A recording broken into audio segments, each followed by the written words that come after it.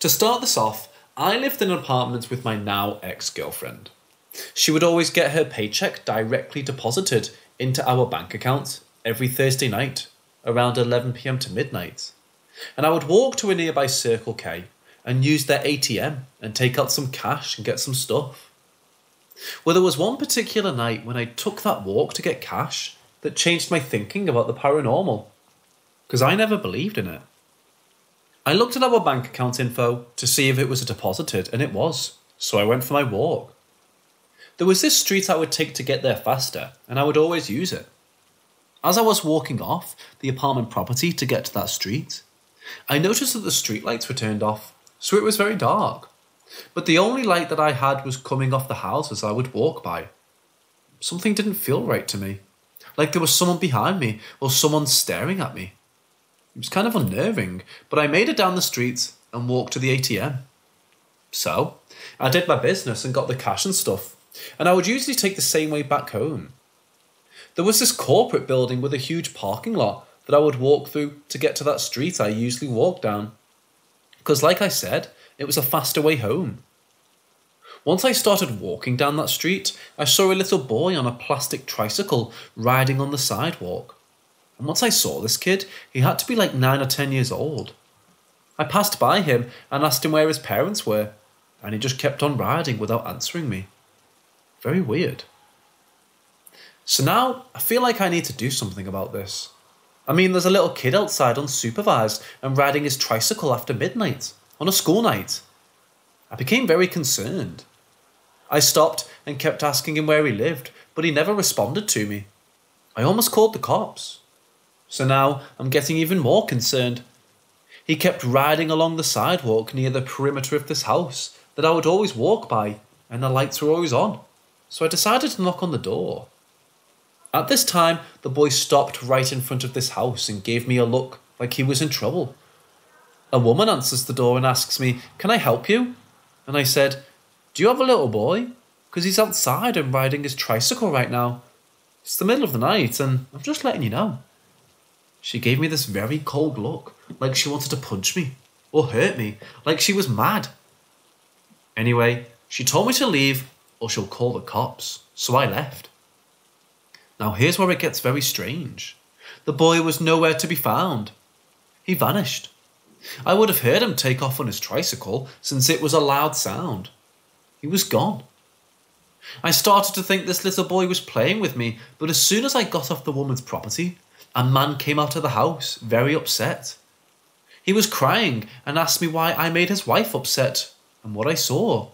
So I told him. And I will never forget his tone and his demeanour when he explained that what I saw was the ghost of his son that died 30 years ago. He told me he was hit by a drunk driver on that same street around midnight when he was riding his plastic tricycle and died instantly. At this point, I'm freaking out. I apologised to the man and told him that I'm very sorry and to tell his wife sorry as well. The man walked back to his house and looked into the street, both left and right, most likely to see if he could see his son, but shook his head and went to his house. So I finally leave for good, and I'm scared and sad at the same time, and very unsettled. As I was walking home and got to the end of the street to get back to my apartment complex, I heard the little boy again riding his tricycle. I started to cry and felt very sad, like a sadness I've never felt before. It was scary. This is the only paranormal thing I've ever been through. I still walk down that street whenever I'd go to the ATM, and after that encounter, the streetlights were always on. I never saw the boy again, but if I ever did, I told myself just to say hi to him and walk away. I was never scared again. And after that, I felt like nothing could ever scare me. I told my ex about it, but she never believed me because she knew I didn't believe in the paranormal and thought I was trying to scare her. Because she walked down the same street to go to work. To each his own, right? Poor little boy. I hope wherever he is, he's happy.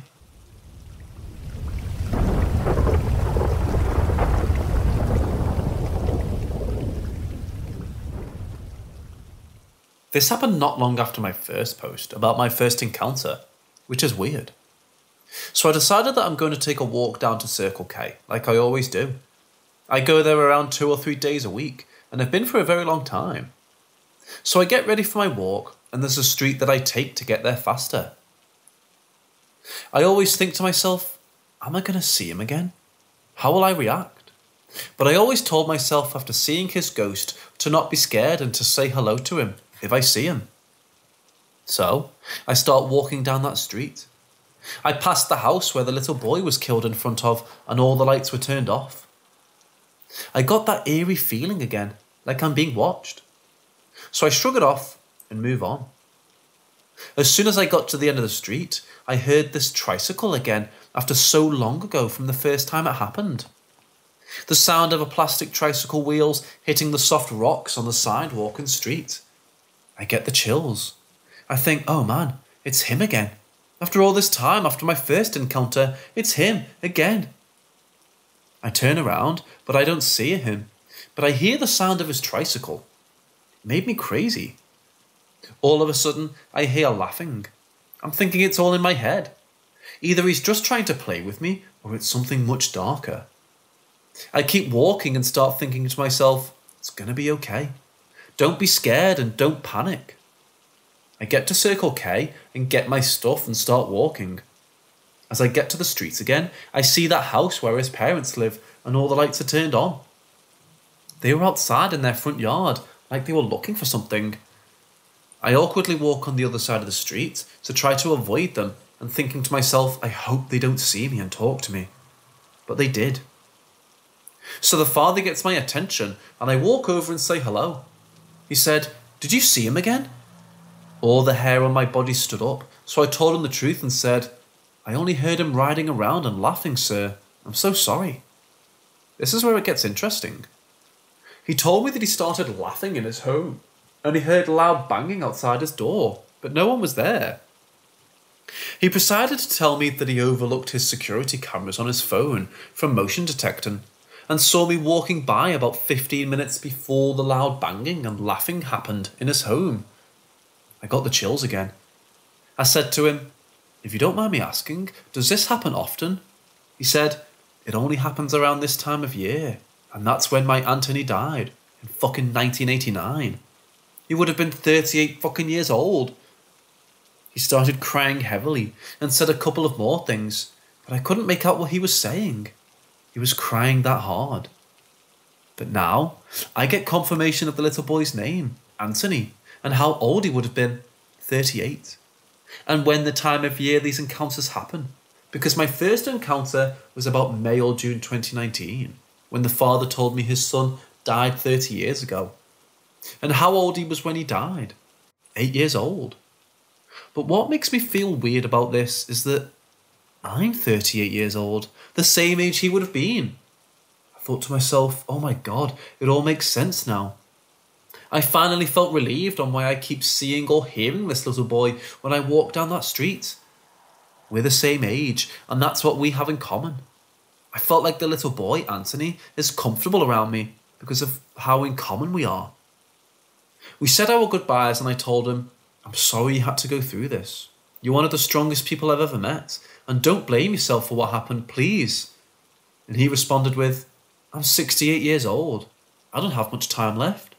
I hope I see him again one day. And I said, you have a lot of time left, and you will see him again. We shook hands and exchanged names, finally. As I was walking home, I felt so bad for those parents.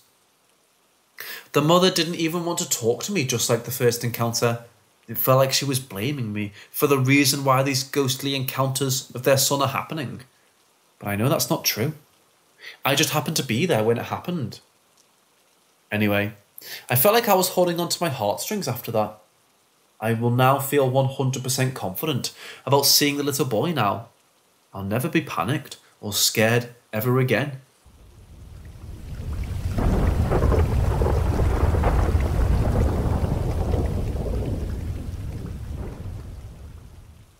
My boyfriend passed away, and I did a stupid thing. Now, maybe something else came home with me. I watched my grandma do her own cleansing of the house. She has this small but deep iron pan that she fills with burning charcoal, and she puts yellow and white crystals on top of the coal to burn with it. The intention was to fill the whole house with smoke, in the hope to purge out the bad spirit. Loop is what she calls it, very much like fumigation, and the smoke smells calming, and oddly enough, it doesn't hurt my eyes, so it doesn't really bother me at all. Looking back, it was selfish of me to want to bring Chen home with me, since that means he won't get eternal rest, or we won't get reincarnated. The next morning, I asked Grandma to come with me and apologise to Chen's family about my mistake, and moved to give me peace and show my penance. Fortunately, they understood what I did, as we all missed Chen, and told me I've been forgiven. We were about to go home when Aunt Nana, Chen's mother, pulled me by my right shoulder and stared at my neck. "Those marks," Aunt Nana said, almost tearfully. "Chen has those marks too." She was talking about the burnt choking marks on my neck. "Chen was holding his neck when he saw him lifeless," she continued, and began sobbing. A lot of things rushed in my mind while Grandma talked to Aunt Nana to calm her down. What if Chen didn't die peacefully in his sleep? What if whatever I saw last night killed him, just like how it attempted to do with me? If this thing caught him, will he ever find peace? Who was this burnt lady, and what does she want with us? Before we left Chen's house, Grandma performed her loop, and Aunt Nana burned some incense for Chen's peace. She also created a salt path around the house for added peace of mind.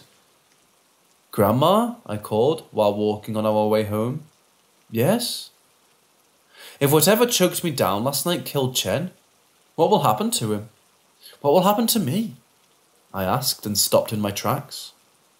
With all the superstitions and rituals she knows and follows, she must know something for this. She sighed and looked back to me in her sincerest ways. There are some things we can counter and some things we should not meddle with. She held my hand and pulled me so we could start walking again. "We can counter whatever's on you right now. We can do all the rituals that we have and hope that it goes away." Then she stopped, but didn't face me. Her eyes remained focused on the clouds as she gripped my hand tightly while saying, "As for Chen's soul, we shouldn't meddle. We can pray for him, burn incense and appease the gods and all, but we should never meddle with life and death." I skipped school today and followed every single ritual that Grandma asked me to do. I bathed in salted water. I helped her lay the salt path around the house. We even put salt lines by our windowsill. She did her paglaluto again by sundown, and she gave me a rosary to put under my pillow. Grandma is a Catholic, but her father, bless his soul, was a shaman, and she inherited his book of healing and rituals with his passing. It's a weird mix of strict religion and traditional wisdom, but if it works, it works. That night, I left my lights on and I even drank a cup of salted water. If my kidney fails, at least my soul might be saved. I couldn't sleep, so I stayed up and browsed Instagram, but it aches to see goodbye posts and memories for Chen by our mutual friends. So I stayed off and went out of my room just to have a midnight snack. By the kitchen counter, I saw Grandma's iron pan, and beside it the jar full of crystals and the book of rituals. I grabbed the book, browsed it, and saw that it's both Tagalog and Latin. The first few pages were about herbs, what they cure and when and where to find them. Then the rituals to diagnose whatever spirit or entity attached itself to a person or thing.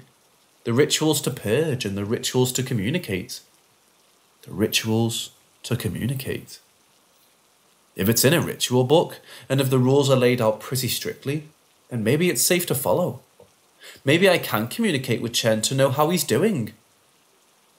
Reading the instructions and other notes, the ritual includes what looks like astral projection, meaning my soul would need to leave my body so that I could go where the dearly departed are. All in all, what I only needed was an item that belongs to whoever I want to contact, and a few phrases that will put the projection in action. If I want to get back to my body, I just simply touch it. Fair enough. Easy enough.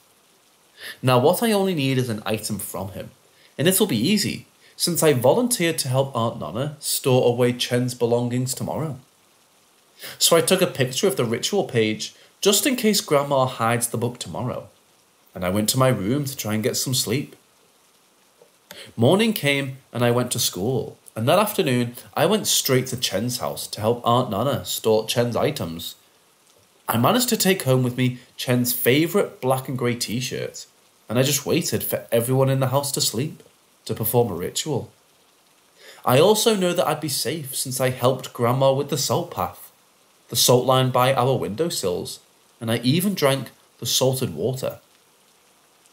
I promised myself that this is the last thing I would do for Chen, that I'll only do this to know if he is well in the afterlife.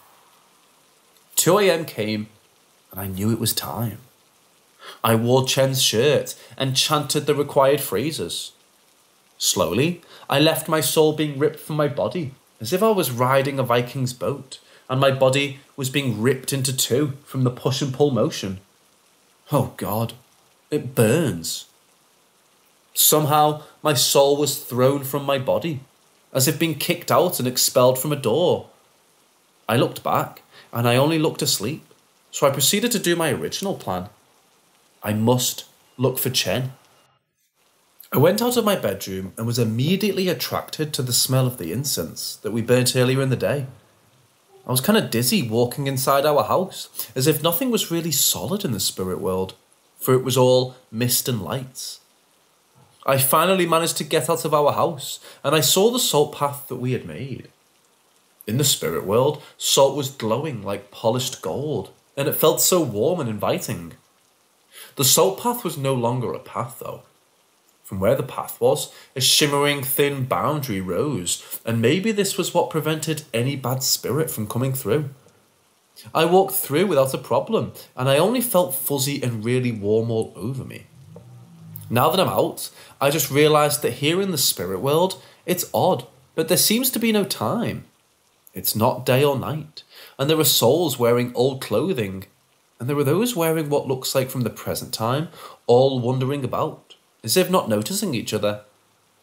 If Chen's soul is wandering, where would he be? Would he still be by the cemetery? Would he be by his house where he passed away?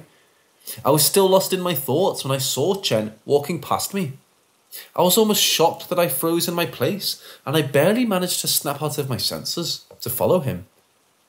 He's in his school uniform, and he seems to be walking home. If souls could shed a tear, I would be crying a river, since my heart is pouring out from cherishing this moment, when Chen looks alive and well, just going by his daily routine. He went home and to his room, and laid down as if getting ready to sleep. When it looked as if he's asleep, I went closer to touch his cheek. He then opened his eyes and looked straight at me, as if in a dreamlike state, and I smiled and hugged him. "How are you? Are you well? I hope you find peace," I said as I hugged him and cried on his chest. I shed no tears, I know that, but I'm crying my heart out. I'm just so happy to be with him. Next thing I knew, he was struggling, as if trying to push me away from him. "Chen, what are you doing? It's me. Calm down." He must have been re-experiencing his death. He might be in the unending loop of the last moments of his life. I tried to calm him down. I tried to hold him, but he wouldn't calm down. "Chen, it's okay. It's over. You can rest in peace now." I kept on saying this while holding his face with my hands, trying to call him back to his senses. "Mom," he screamed with horror in his eyes. "Chen, look at me," I begged, and when he managed to look at me, I was horrified with what I saw in his eyes. Burnt skin and bloodshot eyes. But it's me. I'm the one with him now, not her.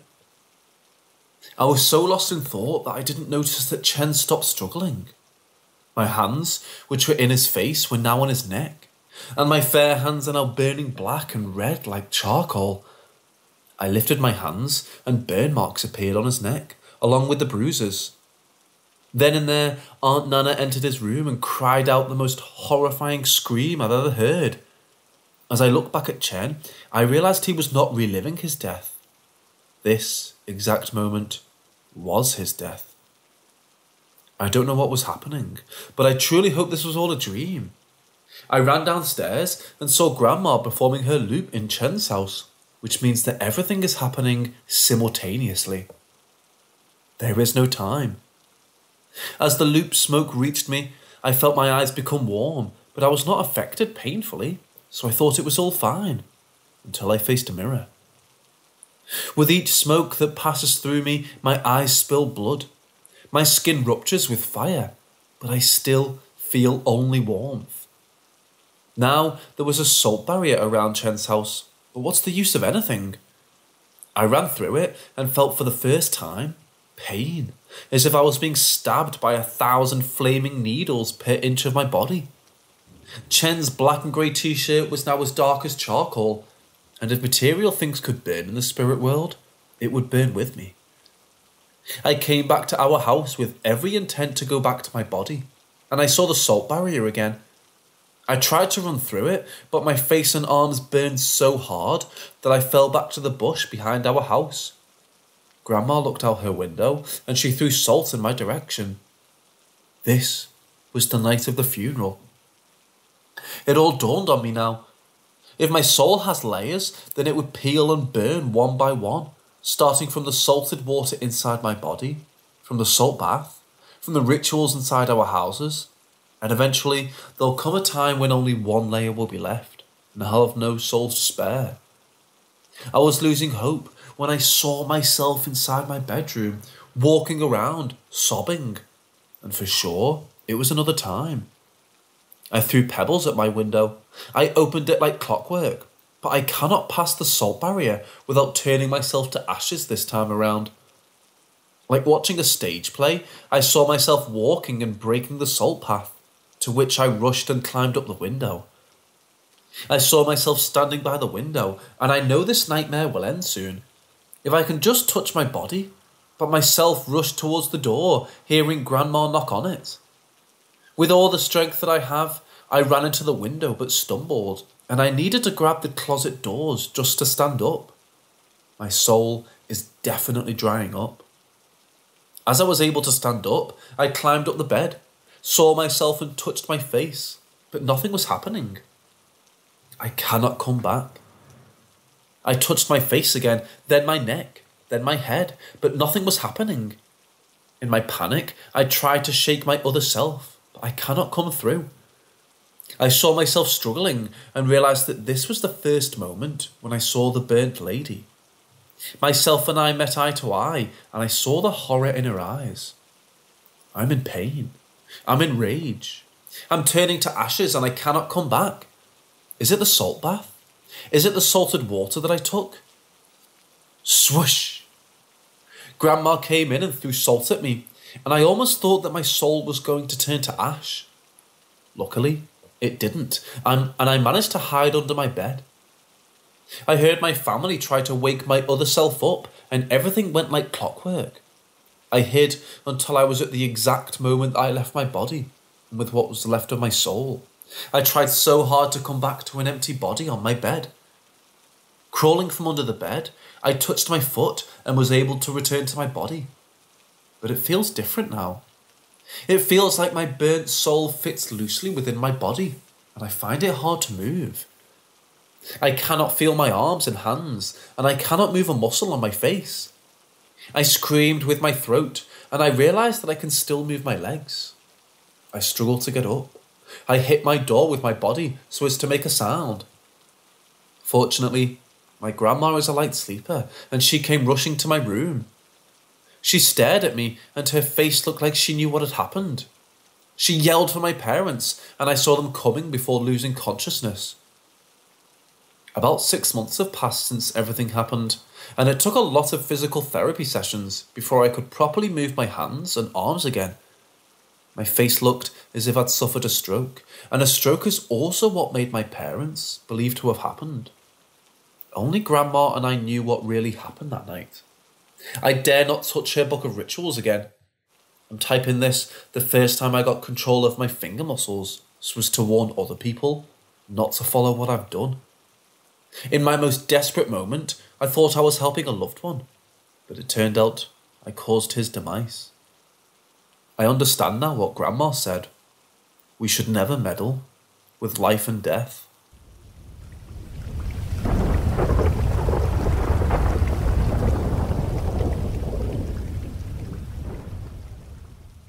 Right, his granddad said we should go again tomorrow night. I honestly don't remember if I slept much or not. At that age you could go for days. The next morning, right after breakfast, his granddad said he was going to walk to the graveyard to look at it in the daytime. Honestly, I have no idea if this man had a car. I was a really self-absorbed kid upon a reflection. Naturally, armed with sunlight, I was very interested in going back. Funny how the sun makes a difference in matters like this.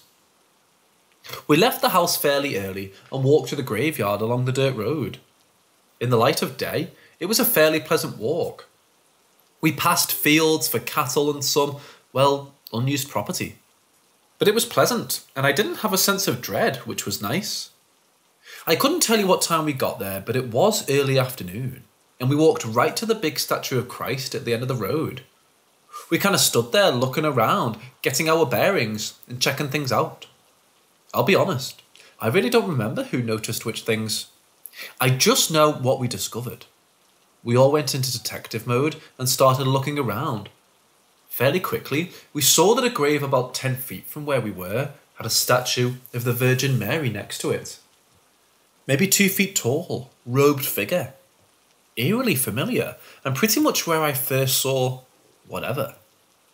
We discussed this in great length, and all agreed that what we saw was a robed figure, lightish on the outside, black on the inside. Upon reflection, I find it quite interesting that we didn't discuss what we saw until that moment. Obviously, it wasn't a 2-foot tall statue that approached us, but the similarity was not lost on us. We then went and looked at where it disappeared, and nope, no ditch, no depression, no secret Scooby-Doo hidey hole. Just flat ground. I'm pretty sure this was when Grandad told us what he was shouting was an ancient Pueblo Indian chant to keep away the dead. I'm not likely to forget that. I can't remember the chants, but I know I heard it. Unfortunately, that doesn't give me much comfort. I don't feel like I could shout K-Ray. It's a chant to keep you away. Don't make me say the rest, and it would work. It was bright and sunny, and hard to picture the terror from the night before. We were investigators, and I was personally invested. The graveyard went north about a quarter mile. Most of the tombstones were 50 years old or more. At the northern edge, they were much older. Other than the statue, there was nothing else. After about an hour, we went back to my friend's house. His granddad still wanted to go back that night, and told us we didn't have to go. It was fine if we stayed home. I'm not sure what my reasoning was, but I was in for another go. I think that was the first time I realised that I have a high threshold for fear. Maybe it was because I said I was in, and he wasn't going to be left out. Maybe because my friend was as stupid as me, but he was also in for the ride. It was agreed we would go back again tonight, come what may. If you thought the hours moved slowly when you were young, this was like dog years for a kid. That day just wouldn't end, until it did. We were watching something on TV when his granddad walked up and said, "It's time." I felt like I was part of the A-team and we were about to run a mission. It was time. We left later this time, now that we knew how long it took to get there. Of course, the goal was still midnight. It went so well the first time. As we walked, I started wondering what was up with the ghost. Why did it come after my friend and me, and not his granddad, who was just standing there? I started to be a bit concerned about it, to be honest, but we were nearly there, and I sure wasn't going to wimp out. We got to the gate just before midnight, and we stood there, looking at the gargoyles and the dark entrance. We all looked at each other, took a deep breath, and my friend and I wimped out. "I can't do it, sorry." I don't know which one said it first, but the other immediately agreed. Just so we're clear, it very well might have been me who chickened out first. Regardless, I'm glad we did. That's fine. I'm just going to go in there for a minute and look around. And in goes his granddad. There we are, slowly realising that we're standing alone on a dirt road, surrounded by trees on all sides of the road. Watching Grandad disappear into the darkness of the tree-covered entrance. Click.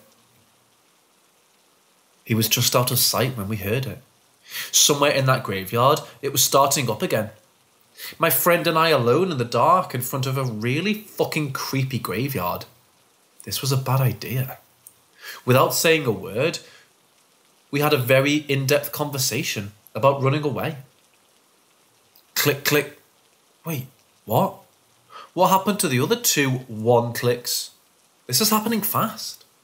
2 13-year-old boys alone in the dark, miles from help. Grandad is in there somewhere, but he's not here. What if it just comes for us? Where is his Grandad? Doesn't he know we have to go now? What if we just run? He will be okay, right? What if we run and it finds us and his Grandad isn't there? Click, click, click. K-Ray in a loud booming voice, moving towards us quickly. Everything stands still. No wind, no sound other than the chanting of his Grandad. Then, movement. In the darkness coming towards us, moving fast. It's entirely possible we were holding hands at this point, because it's like we were moving as one. No communication needed. 1 step, 2 steps. We're just starting to run when we see Grandad running down the narrow road out of the graveyard towards us. We stop. Here comes help. It occurs to me that it's not a good sign that he's running. I don't know what level of scared shitless I was before I thought about why he would be running. But I was plenty scared shitless when I realised his Grandad was scared enough to run. Despite every inclination to run, upon seeing his Grandad, we stopped, waiting for him to get to us. It felt like years watching him run towards us. We were across the dirt road from the entrance, I guess about 12 feet away, watching as his Grandad came running towards us. At the time, I didn't think anything of it, but upon reflection, that man was pretty badass because he was full on jogging. No sign of age there. Out of the darkness of the tree-lined road, he ran, through the gates and to us. I can't describe the relief I felt when he got to us. I knew I was completely out of my depth and had no business being there. His Grandad did. This was his thing, and now he was with us. We were safe. I thought you 2 might have run away. That's why I ran out. I didn't want you here alone, says his Grandad, as he turns around to look at the graveyard. Nothing. Silence. We turn and start walking home. Many questions on my mind when I feel it. We all felt it. We all turn and look at the entrance of the cemetery as we walk away. I feel it long before I see it. Angry, hateful, violent.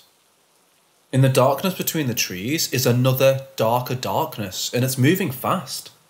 I'm positive there was no sound, but in my head, it was a loud scream, full of anger and disappointment. That might just be my imagination. Shit was a bit out of control right then, but that's what I felt. Racing up the strip of gravel that was the road in the cemetery was a cloaked figure that I knew too well. It was moving fast, incredibly fast. We started to run as it raced towards the gate. My feet are moving, we're starting to run, but not nearly as fast as this thing. I feel dread, hopelessness.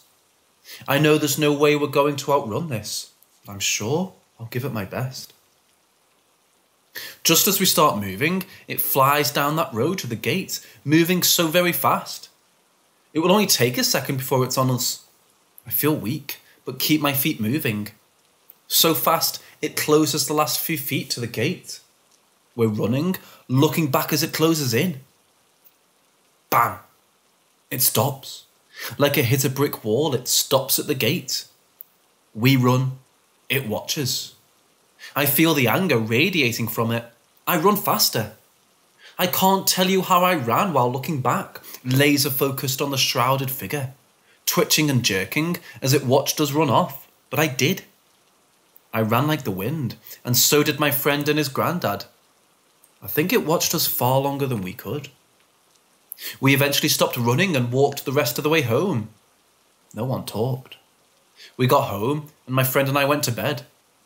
I doubt I slept that night. I went home the next day and didn't go back to my friend's house for a while. His granddad left a few days later, and I never saw him again. Just before the next school year, that friend moved away, and I never saw him again. Another friend of mine did call his granddad after I told him all of this.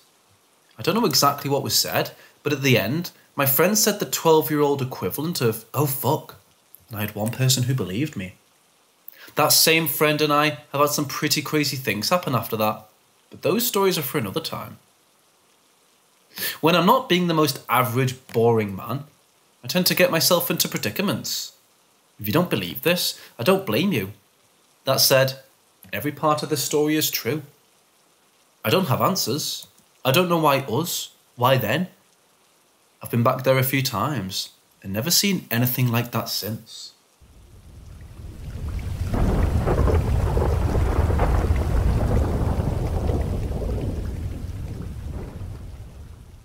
Before we start, I live in the northernmost part of Norway, which is also the most northern part of Europe. My home lies well above the Arctic Circle. This means, for those of you unaware, that we have very short summers where the sun never sets, and very long winters where the sun never rises. Those long and cold months of darkness, in the end and the beginning of the year, have made us into an understandably suspicious kind. There were many tales meant to safeguard us growing up. You have Stallo, the mountain troll who steals children, who wander too far away from their home. You have Myling, who you will not see but you can hear it stalk you, letting out the cries of a baby. And the Knock, who lies waiting beneath the surface of lakes and rivers, waiting to drown any unsuspecting swimmers. My story begins when I was 16 years old.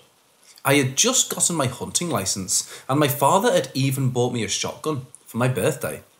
This was big for me, as I had always followed my father on hunting trips as a child, but never had I actually shot grouse myself. My father is the stereotypical northern Norwegian. He knows everything about the outdoors, and he can endure any hardship or weather, with the same unwavering sense of macabre humour. Once his fingers got stuck in a saw at his workplace and peeled the skin of his middle finger like a banana peel. He promptly bandaged it up by himself and kept going.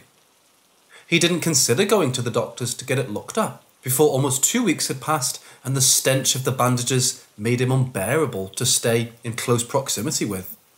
In the end, he needed a skin transplant and several weeks off work before his hand was remotely usable again. So the time of year comes when the sun is out for a few hours in the morning, and me and my dad take the journey to the cabin. This includes an hour of driving and a further hour by boat. You see, our cabin is in a remote area without any road access, so the only way to get there is by a ferry. This means we somewhat always know who is out there, since most people only stay over the weekend when there are no holidays, and the ferry only goes Friday and Sundays during the weekend. That being said, there never are more than a handful of people out there at the same time, spread out in an area that is roughly larger than my hometown. This time, on the other hand, it was only me and my father taking the ferry that Friday, so I knew we were going to be left alone over the weekend. Arriving on that small pier by the cabin, I could finally breathe in the fresh air of untouched nature that has always been soothing for my soul. It's like when you leave behind all your troubles at home, because out here, they're irrelevant. At the cabin, the only things that matter are the things that keep you safe, warm and fed. We then dug out our snowmobile that was parked near the pier and drove the short trip over to the cabin. That night, we mostly spent preparing noose traps and lunch for the next day. My father told old stories of when he went hunting back in the days and such, and we shared in a ceremonial hunter's shot of single malt whiskey. I slept well that night, as I normally do, when the peace and quiet of the cabin comes over me. We got out of the cabin late the following morning, due to us just enjoying the calming of a morning with no obligations. This would turn out to be a mistake, however. You see, the key point is to be out early, so you can utilise the sunlight as much as possible. We knew this, but sometimes you just want to sit down and eat a lazy breakfast and watch morning TV. When we arrived at the lavvu that we had set up that summer next to a lake, my father decided that he would take it easy that day and get the lavvu warmed up, so that when I returned from the mountain, there would be warm food and drink waiting for me. I had previously spent a lot of time by myself around the area, so walking around the mountain alone never bothered me, and still doesn't to this day. So I started walking up the mountain, overlooking the lake. It was difficult due to the heavy snow and me not bringing my skis.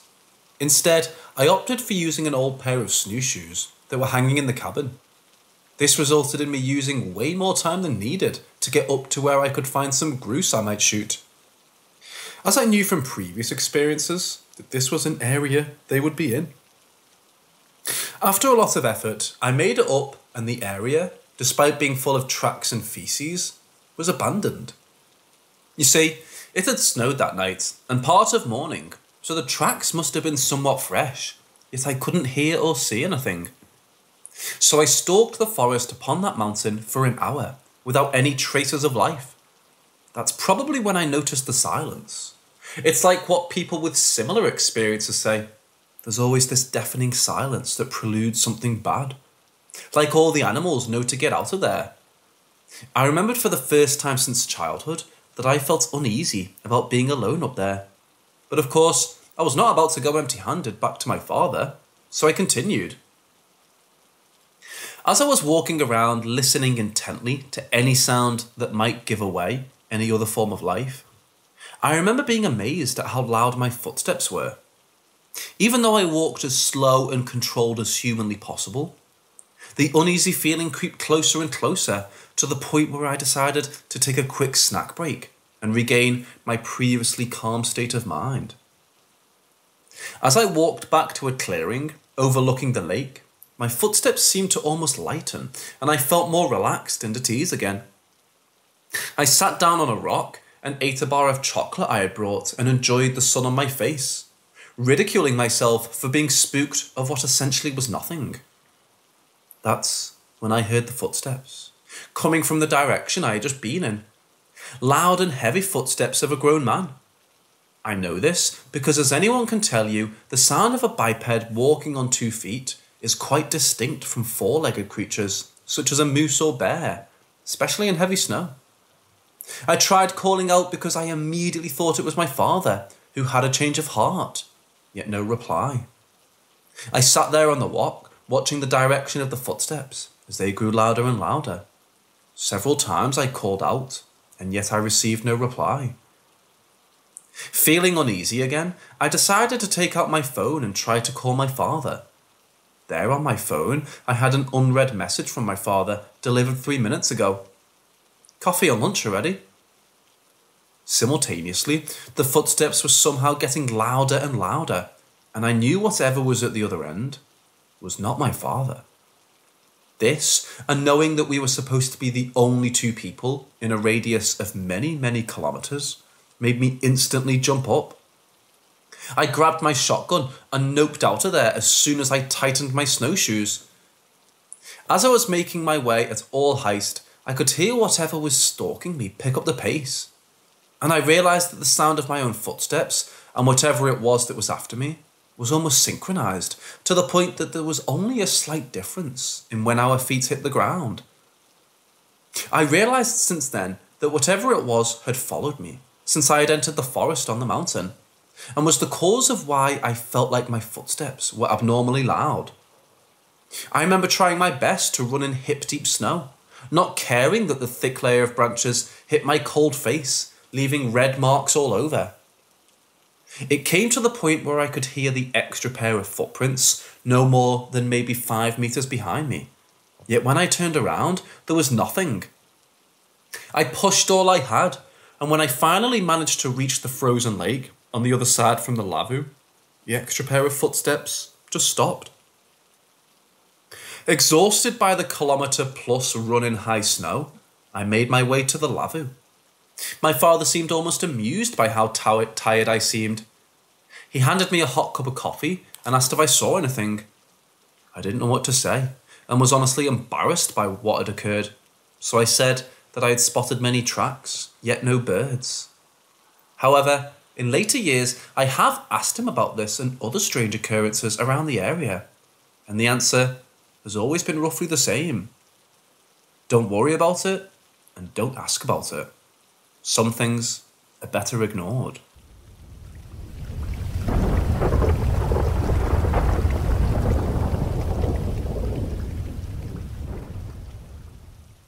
So first off, I admit I generally don't believe most ghost stories I hear. I mean, they are mostly made up. That said, I have seen a ghost. Indisputable proof as far as I'm concerned. Let me take you back to when I was probably 12 or 13 and tell you a little story of how I thought I was going to die. For a little backstory, there was a graveyard in our small town that was on a dirt road about a mile from anything. I lived on that dirt road, but a few miles from there, the graveyard was much further out. Everyone knew about it. It even had a great axe murderer ghost story to it. I knew where it was, but had never been. When I was in 7th grade, one of my good friend's grandfathers had come to town for a visit. I had met most of his family over the years, but had never heard of his granddad, so I was surprised to find out he was in town. Since I spent most days with my friend, typically at his house, I met him and spent time talking to him and got to know him a little. His wife had died many years before, and he just spent his retirement driving around America, looking for haunted places. Now as an adult, I have so very many questions about that, but at the time, I just accepted it and didn't dwell. One night after dinner at my friend's house, Grandad asked if there was any haunted places in town. My friend's parents poo-pooed it and said no, but when they left the room, my friend was like, "There is a haunted cemetery." I mentioned my disbelief, but Grandad's eyes lit up and he asked where it was. Obviously, my friend was quick to tell him. So whereas my friend's house was in town, it was about half a mile from my dirt road. I was about 3 miles one way. The graveyard was about 1 mile the other way. It was close. Armed with this knowledge, his granddad decided that we would walk to the graveyard the next night. I was pragmatic and risk-averse in those days and expressed my concern with walking to an isolated graveyard in the middle of nowhere at midnight. But he assured me that he had encountered many ghosts and that we would be safe. Not really believing the place was haunted, I agreed to go. So I go over to my friend's house the next day and we hang out. Do our thing, but his granddad just seems lit up with excitement. I thought about telling him the ghost stories were made up, but we had a pass to stay up all night, and I wasn't about to mess that up. He would have to deal with his disappointment on his own time. Not knowing exactly how far it was, we headed out at like 10:30 to walk down a dirt road for over a mile with no house or building along the way. No streetlights on dirt roads to nowhere. The dirt road came along the south side of the cemetery to where it intersected with the dirt road the entrance is on. All along the cemetery was a small grove of trees, blocking all view into it. You knew it was on the other side of the wrought iron fence. You just couldn't see in. We turned onto the next dirt road to the entrance of the cemetery and walked up to the gates. Very old wrought iron gates with an arch on top. On each side of the narrow dirt road, lined with pine trees leaning in, was a stone gargoyle. We went in and walked the 500 feet or so to the end of the road. It was one road that circled a statue of Christ in a teardrop shape at the end, and you go back the way you came, not built for two-way traffic. The cemetery was mostly to the left, with a few tombstones to the right, and when the trees blocking all the views that way. When we got to the end, it was probably 11:30, but I didn't have a watch and couldn't be sure. We talked about how legend has it that the Christ statue bleeds on Halloween, and that there's an axe murderer that was buried and haunting the place. We talked like this for a while, and at some point, my friend started arguing with his granddad, and that's when I heard it. Click. That was it. One click and then nothing. At the time, it sounded like two rocks being struck together, like small rocks. but I can assure you after much trial and error, that wasn't exactly the sound. A few minutes later, my friend is still arguing and I hear click. Only this time, it was in a different location. That must have been when my spidey sense started kicking in, because I started telling them to shut up and listen, but they didn't. Click. Again, from somewhere else. This time my friend's granddad was like, "Did you hear that?" I imagine my response was typical of a 12-year-old who had been trying to tell you. I don't know if I said anything. A few moments later, click, click. What the fuck? Did it just go from 1 to 2? Also from a completely different location? I don't know if it was a full moon, but if it wasn't, it was close, because it was pretty bright out there. I'm looking all through the graveyard for any movement. Click, click. Now my friend and I are pretty fucking nervous, not really sure what's going on, but I know I don't like it. Click, click. It's never from the same place, and we don't see anyone moving. His granddad lays on his stomach and starts looking across the graveyard. I'm sure someone asked. He told us you could see movement against the skyline better, which, amazingly in the bright moonlight, you could. All three of us lay in the grass. Click, click, click. I really couldn't say why, but it was when it did 3 clicks that I fucking knew we were in trouble. It kept coming from different places, so I sure wasn't going anywhere, which I think deep down I also realised was a problem. All of us were silent, straining to see any movement ahead. It sounded close, but not right there, if that makes sense. Click, click, click. Still moving around. Fuck. Like I know time is running out. His granddad also seemed agitated. My friend was looking about how I imagined I was looking. No movement, no sound, no wind. Click, click, click. At that moment, something came walking towards us. It was right there, maybe 12 feet away and coming towards us. One moment it wasn't there, and the next it was. It didn't really seem like it appeared right then, but I don't know. Like there was a shrub there all along I didn't really pay attention to until it stood up and came towards me. I really can't explain that part. It was just there.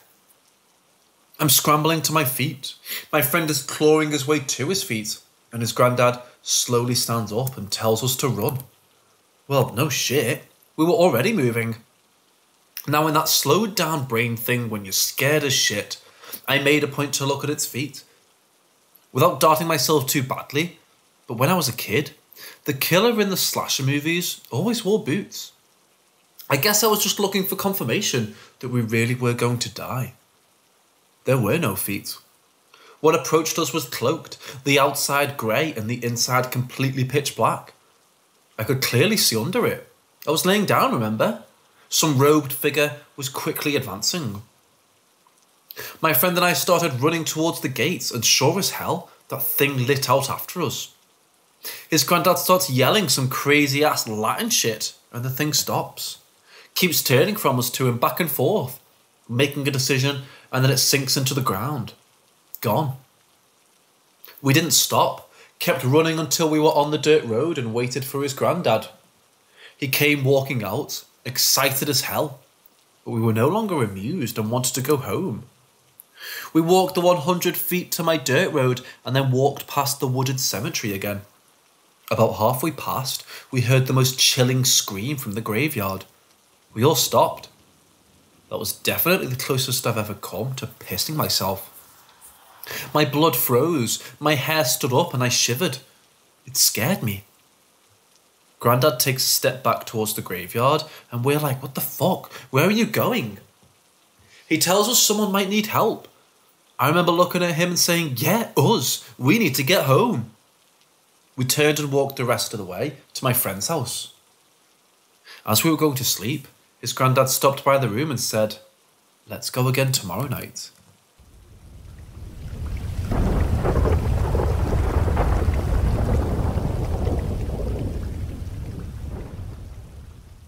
A lot of relatives that have passed away have been seen time and time again. Either they're seen or they do something to let us know that they are there. My aunt, who was a spoiled brat at the time, got the hell scared out of her by her grandparents, who visited her after they passed. Her grandpa sat on her bed with her while her grandmother threw a picture. She began to behave, and she never saw them again. My Uncle Eddie was the first. He passed away from a gunshot wound in the Marines. It was murder, not in the line of duty, and no one ever knew what happened, even now. I never met him because he died in 1994, and I was born in 1997, but my mom told me all about it. The day of his funeral, it both snowed and rained on the same day. She said it was surreal. That alone wasn't what makes us think he visited. My mom told me that the night before the funeral ended, she had a dream.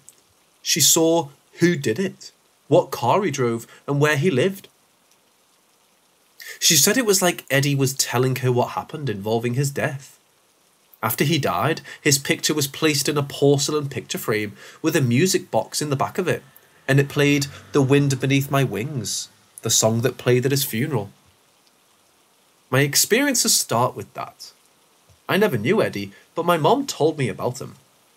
When I was little, I liked that music box, and it held meaning. Well, that thing would play at random times. It was up on a high shelf, so it wouldn't be knocked down easily. And my grandfather was the only one tall enough to reach it, so no one else could really reach it to turn it on randomly. Not only that, my grandmother told me that she'd seen him around the house, or at the cemetery near his grave. My little cousin, Jay, not his real name, is much younger than me, and he looks exactly like Eddie with bright red hair, blue eyes, and lots of freckles. He never met Eddie either, while his older brothers had. My aunt put him to bed one night, and a while later, before she went to bed, she heard Jay laughing in his room, like he was playing with someone. She went in, and he was sitting in his room in the dark on his bed, facing his closet and laughing. Sonia turns on the light and goes over to him and asks what he's doing. He suddenly turned to her and grabbed her arm. Looking her in the eyes, he smiled and said, "I'm Googie." Googie was the nickname my mum gave Eddie when they were little, and she couldn't say good boy to him properly, and instead would say Googie. I didn't know about this and had never met Eddie, and Jay is much younger than me, so he definitely shouldn't have known about it. My aunt told me that she had then told him to go to bed and left as quickly as possible to tell her husband, my uncle. Another night, she heard him say, "Go away, Googie, I have to go to sleep." She told me that she had never told Jay about Eddie's nickname. So that, combined with how similar he looks to Eddie, I'm honestly convinced that Jay has some close connection with Eddie we can't explain. The next spirit is actually my mother. She went on a downhill spiral when I was younger and got into prescription drugs. I was taken away from her and sent to live with my dad after I tried to get my mom help. I saw her twice before she passed away. She went to her friend or supplier's house and passed away in the middle of the night. My grandmother and I didn't allow an autopsy. I was 14 and couldn't imagine my mother getting cut up by the doctors. The night I found out she died, I stayed with my grandma. I had a dream that I was walking down a long white staircase that led to a hallway. When I got to the bottom step, I saw my mom walking with another figure that wasn't clear. I tried to catch up, but I couldn't, and then I woke up. My grandma then told me that I had been crying in my sleep.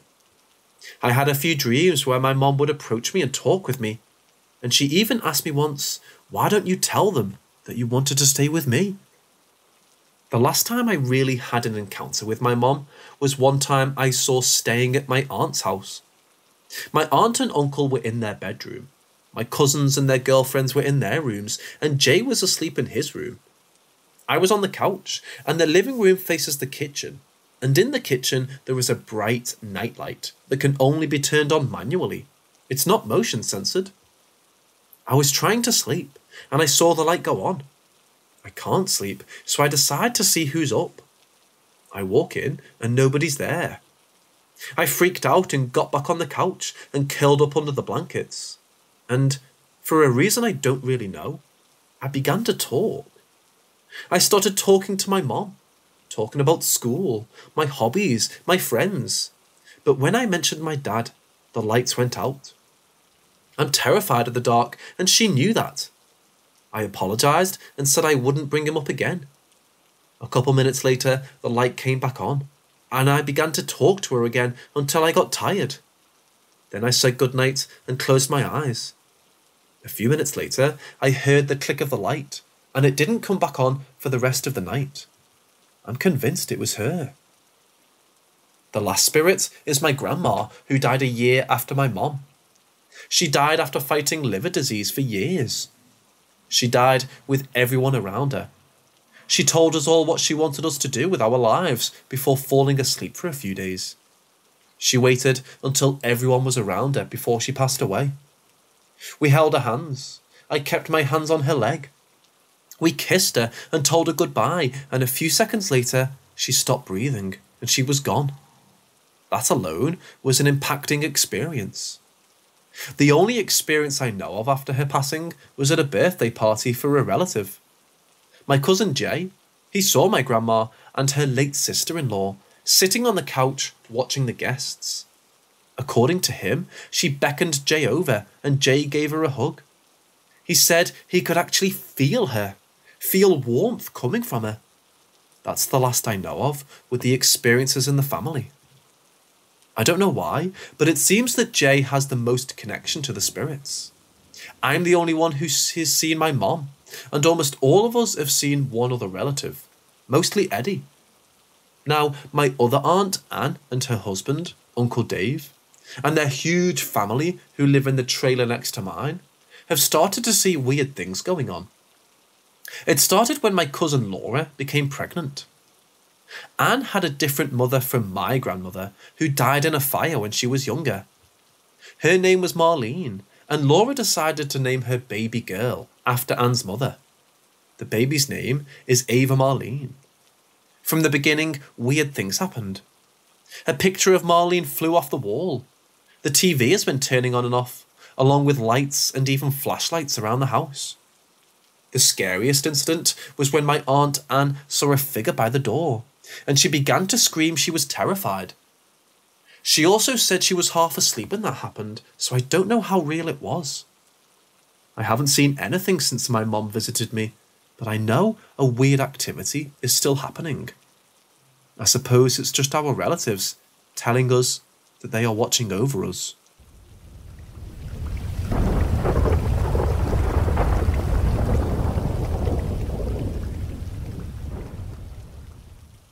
The sun's setting now, and most family and friends have left. But here I am, staring at freshly dumped dirt, stopping myself from hugging the ground, wishing for the earth to gobble me up so I can be forever with him. Yes, him, Chen, my best friend, my first crush, my first boyfriend, and now my very first heartache. It's only our consolation that he passed away in our sleep, so at least there's no pain. He's gone, and I can't make myself leave his grave, as I can't admit to myself that I'll never see him again if I do. So here I stand. Hey, my grandmother came up to me and held my arm. We're going home now. You can stay if you want. Just don't forget to buy me some ointment on your way home. Then she hugged me and left with my parents. Just don't forget to buy me some ointment on your way home. Grandma knows so well that I don't believe in superstitions, so she subtly asked me to buy her some ointment so I don't go straight home from the funeral. But somehow, those words felt like a suggestion to me. As the superstition goes, if you come from a wake or funeral, don't go straight home or else the soul of the deceased will follow you. It's called pagpapangap in our native tongue, which loosely translates to shaking off, as in literally shaking off bad juju somewhere else before heading home. But what is there to lose in this scenario? It's a superstition, so more or less it's unreal. And if it's real, then I get more time to be with him, only if in spirit. I then found my courage and walked the path out of the cemetery and stared at my phone, contemplating where to put my Uber destination. Home, or just the closest convenience store or pharmacy? Grandma will surely nag me over and do some nasty rituals if I don't have her ointment when I come home, so I decided to put the convenience store as my destination. My Uber arrived shortly, and before I could breathe from the memories with Chen flashing through my eyes, we arrived at the store. Outside, I met Dave, Chen's third-grade cousin, who had come to the funeral and went to the same convenience store with his family to do the pag bag. As soon as I got the ointment, I did my goodbye to Dave, as I don't want to converse with anybody else. I don't want to share the pain, the sadness, the loss of it all. I arrived home with Grandma, sitting on her favourite chair on our porch, and I saw her smile when I gave her the ointment. I then went to my room, changed my clothes and went to sleep, alternating between tears and ugly sobbing, hoping I'll dream of Chen one more time. Flick. Flick. I woke up to the sound of pebbles hitting my windows. My eyes are swollen from crying and sleeping, and I decided not to wake up until something dawned on me. Flick. It's Chen. It's how he sneaks up to my room back in the day. First he'd throw stones at my window to wake me up. Then he'd climb up and sneak through my window to get to my room. I was both excited and scared as I got up and walked towards the window.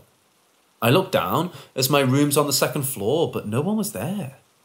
I opened the window and waited, but felt nothing coming through. I kept the window open that night. The next morning, I have a hammering headache and puffy eyes. We got sunny side-up eggs and bacon for breakfast, and for some reason, I can't taste a thing, so I went looking for salt.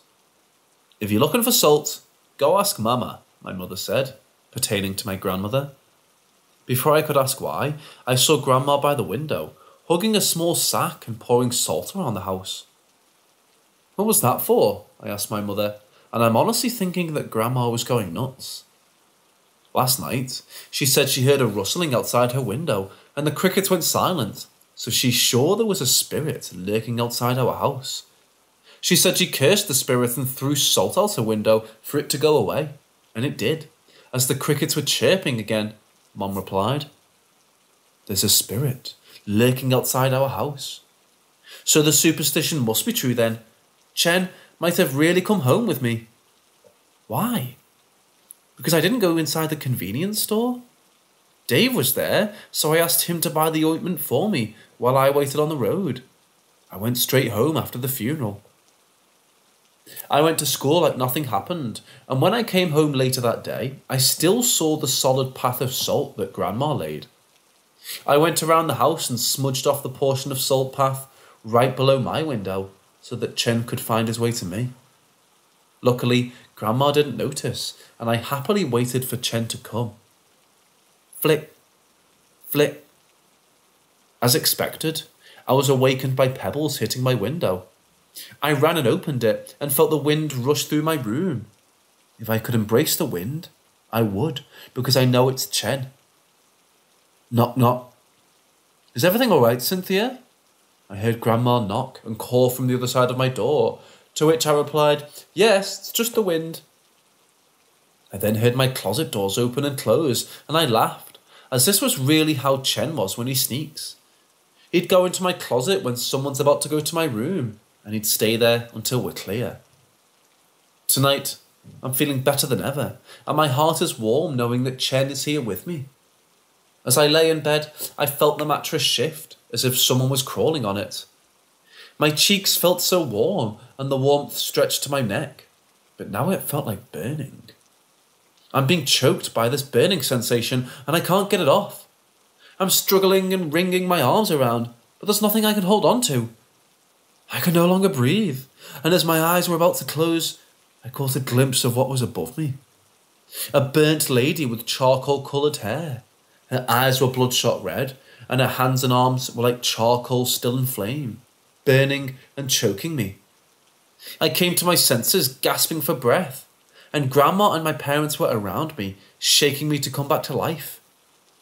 They said I was wailing and struggling, but I wouldn't wake up, and from time to time, I was scratching my neck, as if removing something there. I met Dave earlier today, and he said he bought the ointment for you, Grandma finally told me as I calmed down. Do you know why we perform pag-pag? She asked further while combing my hair with her fingers. It's because we don't know whose soul will come home with us. I touched my neck and tried to remember what I saw. It was not Chen.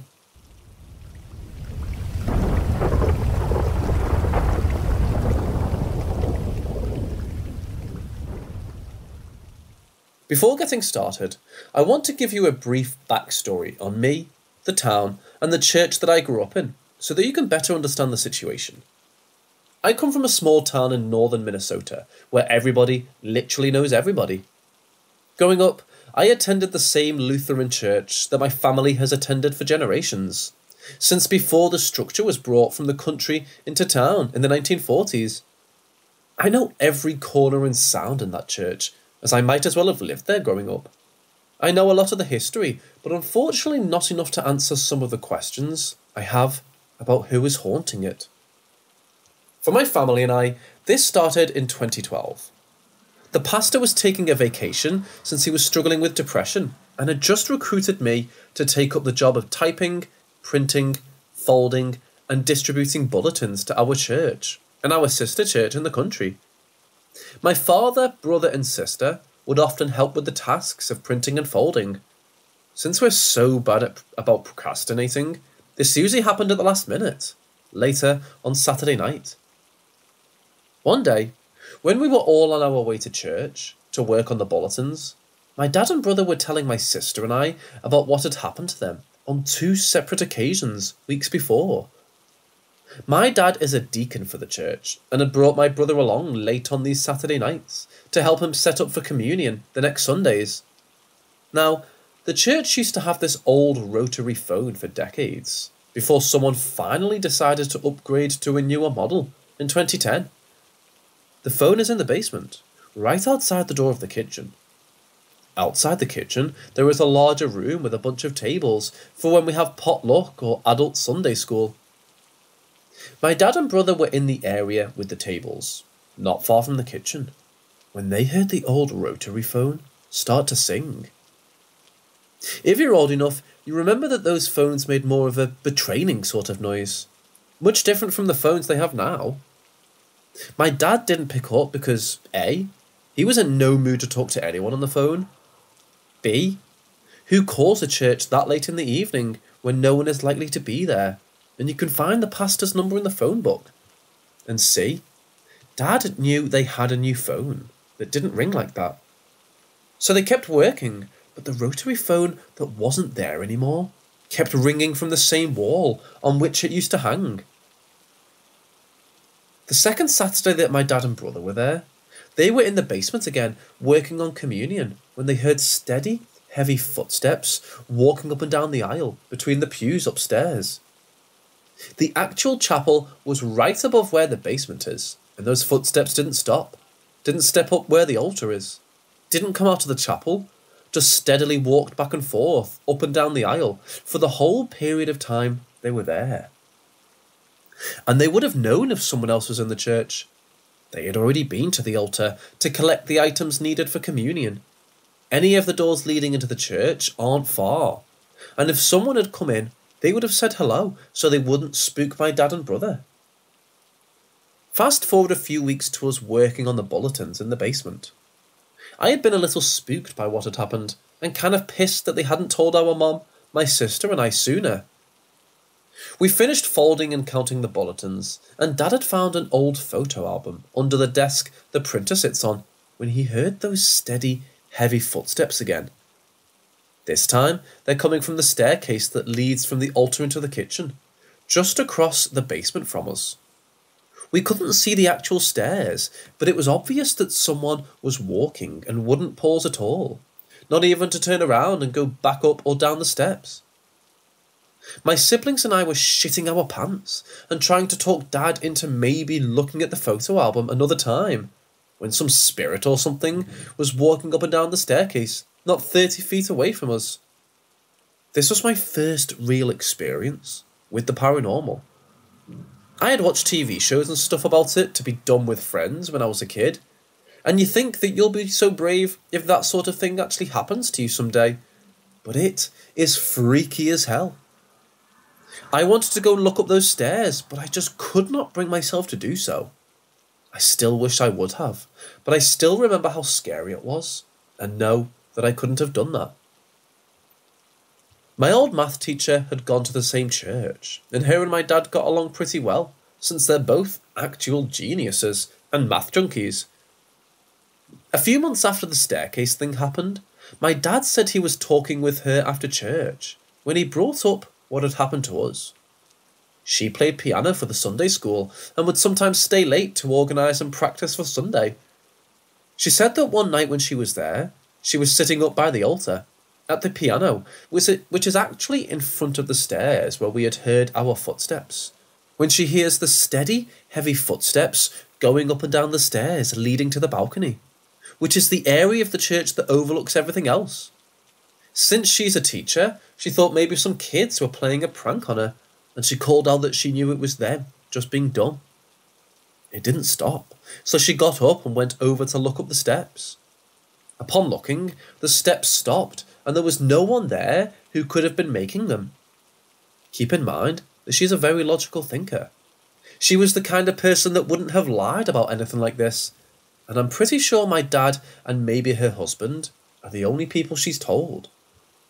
Originally, I thought that the haunting might be residual, because it was basically just sounds from things or people's past. But I'm questioning that, because the footsteps occur in different places. Since then, if I've ever had to go into that church after 8, I've always been really on guard. I don't think it's anything bad. I think it just sounds like some spirit is confused or something, and it takes place in the basement as well, which was obviously an add-on after the church was moved in town, which leads me to believe that whoever it is in there came after the big move.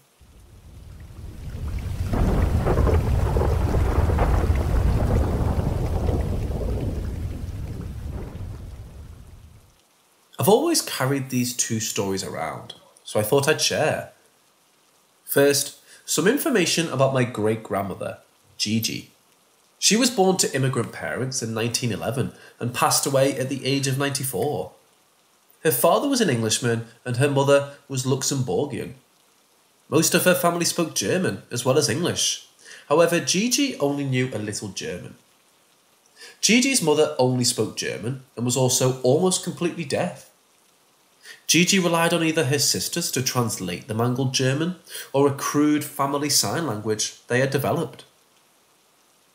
Gigi grew up in rural North Dakota, and to frame the time period, she once told me about how when she was a little girl, her family would regularly barter with the members of the Mandan tribe, whom she described as real Indians, not like today. She also only attended the local school to about the 6th grade. Later in life, she was not particularly bright, but not dumb. She was religious, but not a Bible thumper. The type of woman who would give you a religious birthday card and a Ninja Turtle action figure, who had a picture of Jesus, but never said grace. The one thing she was always very serious about was how she met the devil. Gigi would tell this story when prompted, but she never seemed to enjoy it and was always consistent in her description. When she was 10 years old, she was misbehaving. Her father wasn't home and her mother, again, didn't speak English. Her mother attempted to control her, but Gigi just ignored her. Finally, her mother tried to grab hold of her, but Gigi flailed and almost hit her mother. Gigi's mother caught Gigi's hand and looked Gigi cold in the eyes. She let Gigi go and pointed at the closet and left the room. Gigi and her siblings were often sent to the closet as a sort of time-out. And Gigi knew she had messed up, so she went to accept her punishment. When she opened the door, however, something was inside. Gigi said the being had hooves and was covered in dark fur, which subsided a bit on the torso and chest, up to the face. The being had a man's face, with dark eyes, an unkempt beard, and a mop of dirty black hair. And from only one side of its head rose a deer antler. Gigi said the being stepped forward slightly before she slammed the closet door shut. She shrieked, and her mother came to see what the commotion was. Gigi could only really cry and wave her arms, but her mother opened the closet door anyway. The being was gone. She was always very serious about that story, and admittedly, writing it even now makes me feel off somehow. That's the story of how my great-grandma met the devil. However, she also said aliens gave her a stroke. A few years before she died, Gigi had a number of strokes. She was in her 90s at the time. The first was not debilitating, it just took some time to recover. Some more quick info. Gigi and her husband, my great-grandfather, adored fast food. They had to substance hunt during the Depression to feed their children, so they marvelled at good food fast. Great-grandpa loved McDonald's, but Gigi loved pizza, specifically Godfather's pizza. After she had mostly recovered from a stroke, my family took my great-grandparents to Godfather's as a kind of celebration. Being a dumb kid, I got a bunch of quarters from my dad for an arcade game and ignored my nonagenarian great-grandparents. I had an odd number of quarters after the games, and the restaurant had one of those little toy dispensers, the ones with the plastic egg things. I bought one with my last quarter, and it was a tiny plastic alien giving a peace sign. Done with the games, I returned to the table. I was fiddling with the alien, classic grey looking, and Gigi noticed it. When I set the alien down, Gigi took it and inspected it closely. With everyone at the table, she held up the alien and looked at me and said, "Them's the things that come and got me." My mom, half laughing, said, "What, Grandma?" Gigi repeated herself and then said they were the reason she was in the hospital. When my grandfather told her she was in the hospital because of a stroke, she said, "These things gave me the stroke." The family just sort of stopped pressing at this point, and things settled down. Most of my family chalked it up to a joke, or her stroke. I don't buy it as a joke. Gigi was sweet, but not a joker. Furthermore, I don't think she knew what a grey alien was. She hadn't seen a movie since the 1950s. She didn't watch TV, and she only really read the newspaper.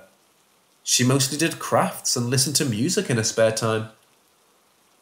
As for it being a stroke hallucination, maybe, but it's still weird.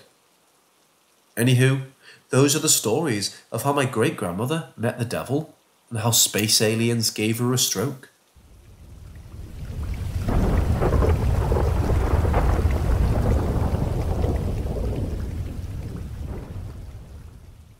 My wife and I have been together for going on 10 years now, and she's always had what I perceive as a connection to a separate, unseen world that I'm just not privy to. It kind of runs in her family. Her mother, sister, niece and nephew all seem to have some of it. But by far, my wife is the one who is the most in tune, so to speak. For example, she has seen her mother in the house. We live with her father. And has seen other spirits or horrible-looking things that will spook and scare her.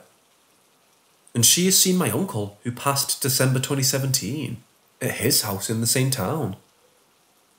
At the end of April, we bought a newer car, a 2014 Infiniti JX35, a mid-size SUV. It has a lot of bells and whistles, one of which has a blind spot warning light on the inside of the car, near where the side mirrors are.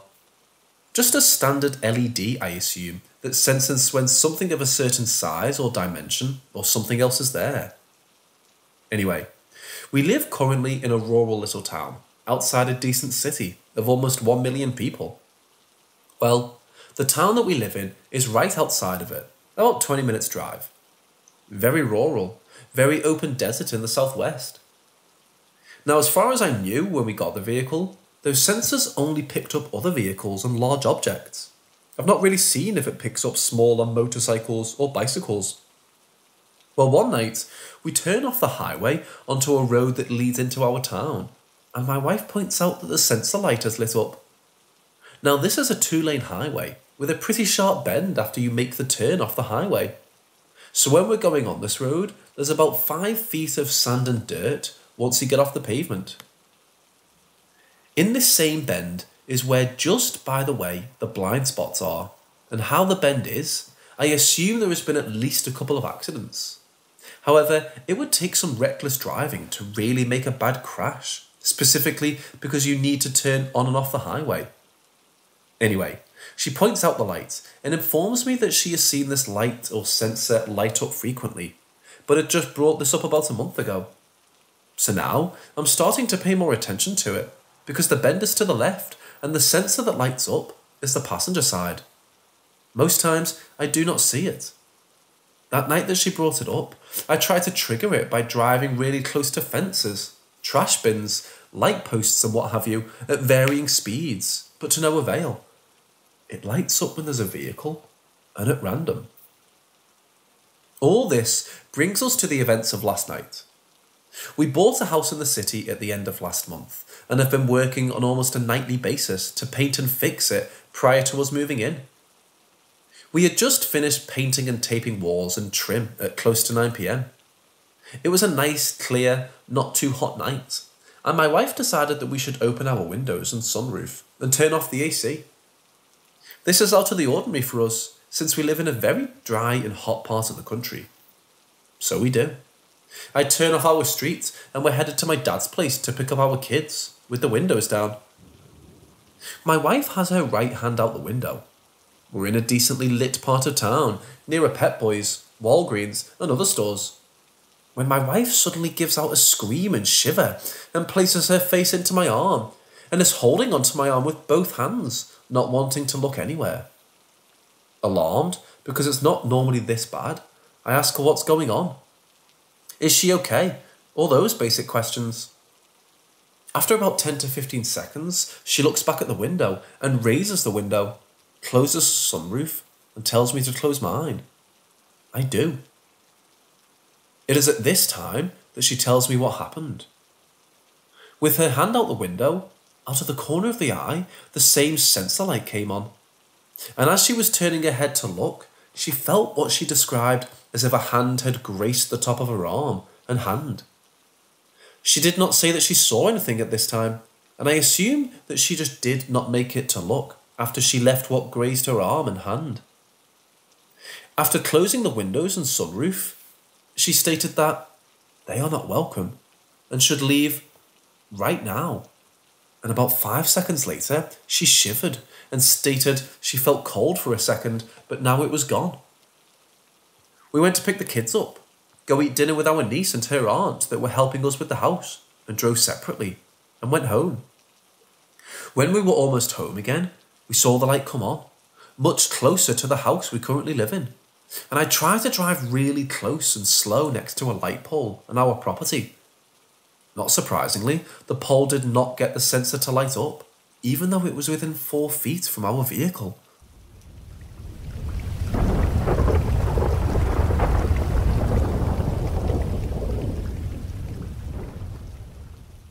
My parents divorced when I was 5. We lived in a small town where everyone knows everyone, probably too well.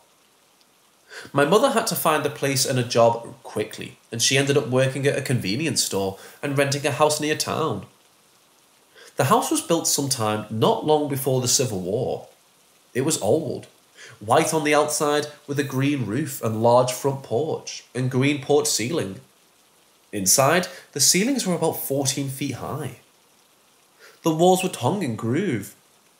One thing to note was how odd the walls were painted. When you first walk in, you're in a yellow foyer.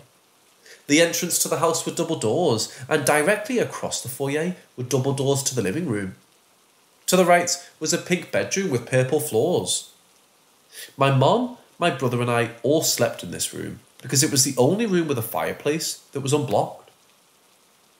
To the left of the foyer was a yellow bedroom with a blocked fireplace. That room was a junk room. Behind that bedroom was a kitchen, complete with appliances from the 50s that miraculously still functioned. And behind that room was my playroom. It was blue, had a blocked fireplace, and was constantly cold. Finally, the living room and bathroom were add-ons to the house. In their place used to be a screened-in porch, which had since been closed in to make these rooms.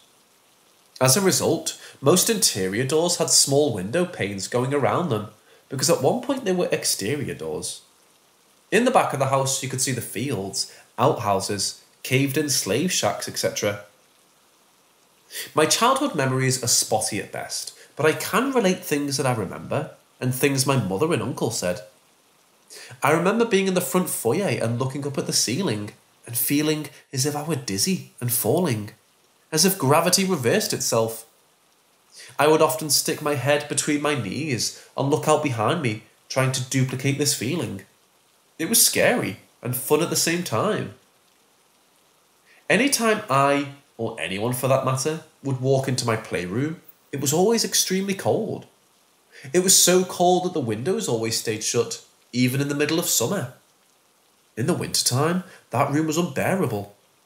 Sometimes in the dead of night, we would be laying in my mother's waterbed in the pink bedroom, and you could hear what sounded like a newborn baby crying from that room, all the way across the house. My mum would get up to go check it out, and when she arrived at the door, the crying would stop. This happened multiple times while we lived there.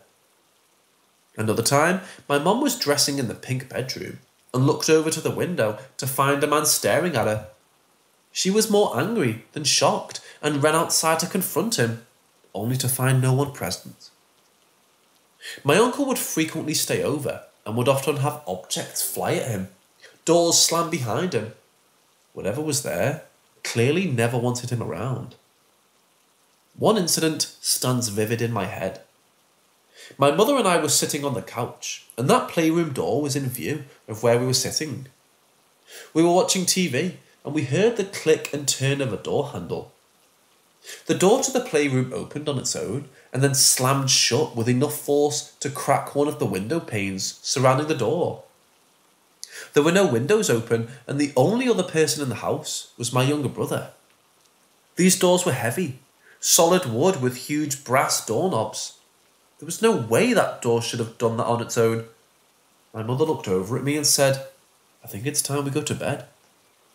The neighbour across the street had lived in his house for at least 20 years prior to our move-in. He knew the family that owned the house. The same family has owned the house for the entire time it stood.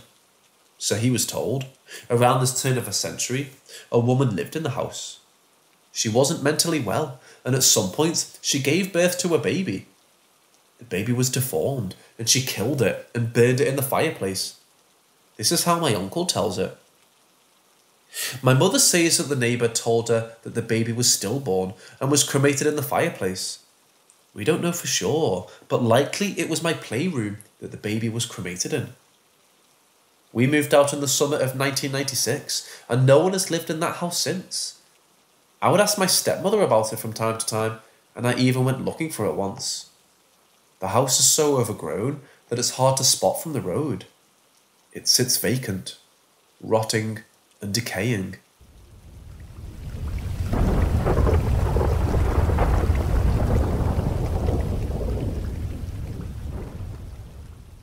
This happened to me and my friend, whom I was texting while this happened. My friend refuses to talk about this incident and will straight up walk away if I mention it in front of her. This still freaks me out, and I've experienced a lot of stuff, but this was by far one of my clearest and most intense experiences. I was 15 years old. There was some stuff I was going through. My parents were recently divorced, depression problems, but nothing truly awful, I guess. It was late. I was dealing with some pretty bad insomnia. I was texting my best friend. I can't remember what we were talking about, but I remember looking over at the corner of my room and seeing a tall shadow. About 6 to 7 feet tall. I freeze. I'm thinking to myself, okay, shadow, tree shadow, there's a tree outside. I slowly turn my head to look out the window. There's no way the tree can be casting the shadow. There's too much wind. I look back over at it, and it's a very still shadow. I texted my friend, "Lynn, there's something in my room and I'm very scared. Getting really bad feelings from it." Directly after I send the text, the shadow dissipates. Just kind of fades away, as does the feeling of dread. Lynn texts me back. There's something here too. A really tall shadow in the corner of my room. I'm freaking out. Her bedroom had no windows, so there's no way she could mistake it for a tree shadow. A few minutes after I get the text, I felt that sense of dread returning. There's the shadow again, standing at the foot of my bed. My breathing gets super laboured, and I feel a panic attack coming on. All of a sudden, my phone battery drops from 80ish to 0 and dies. Panic attack comes on strong, and I jump for my phone charger next to my bed. I plug my phone in, looking for the shadow I took my eyes off just for maybe a second, but it's gone. Phone comes back on, jumps right back up to where it was before it died. I keep it plugged in just in case. I text Lynn. I think it killed my phone battery. What the fuck? I'm scared. About 10 minutes later, she replies. It was standing next to my bed. It was all black. I'm so scared. It killed my phone battery too, but it's fine now. It's gone again though. So, I started putting it together. There's a few minutes between jumps. It seems to be following the texts. I start texting anyone and everyone I can. Just random bullshit. How are you? Been a while. You okay? Etc. Maybe I can confuse it. Stretch it out. Holy shit. That was a bad idea. My bed starts shaking violently. My headboard is banging against the wall. My blanket gets ripped off the bed, and I can see it standing tall at the foot of my bed. I have a flight or fight reaction and jump off my bed towards my bedroom door and light switch. As I'm leaping over the door, I feel a very, very cold hand touch my ankle, almost pulling me back towards my bed. I yank open my door and turn my light on at the same time, and it flickers for a moment, temporarily blinding me, and the bulb shatters everywhere. I scream and run across the hall to my rom's room, and I start sobbing. And she has the audacity to laugh at me. I'm freaking out, scared of the demon monster shadow in my room that blew my light bulb, and she laughs. I get angry and tell her I'm not sleeping in there tonight unless I get a new bulb. She promises to buy me a new bulb the next day and gives me the mag light and tells me to sleep in the living room. So I creep into the bedroom to grab my phone charger and run to the living room and turn all the lights on. After a few days, I started sleeping in my bedroom again, but I had to get a new bulb and sleep with the flashlight on for a long time.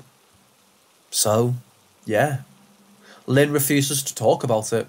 Nobody else experienced it, and nobody ever believes it. I still can't walk to my bed in the dark without feeling that hand on my ankle.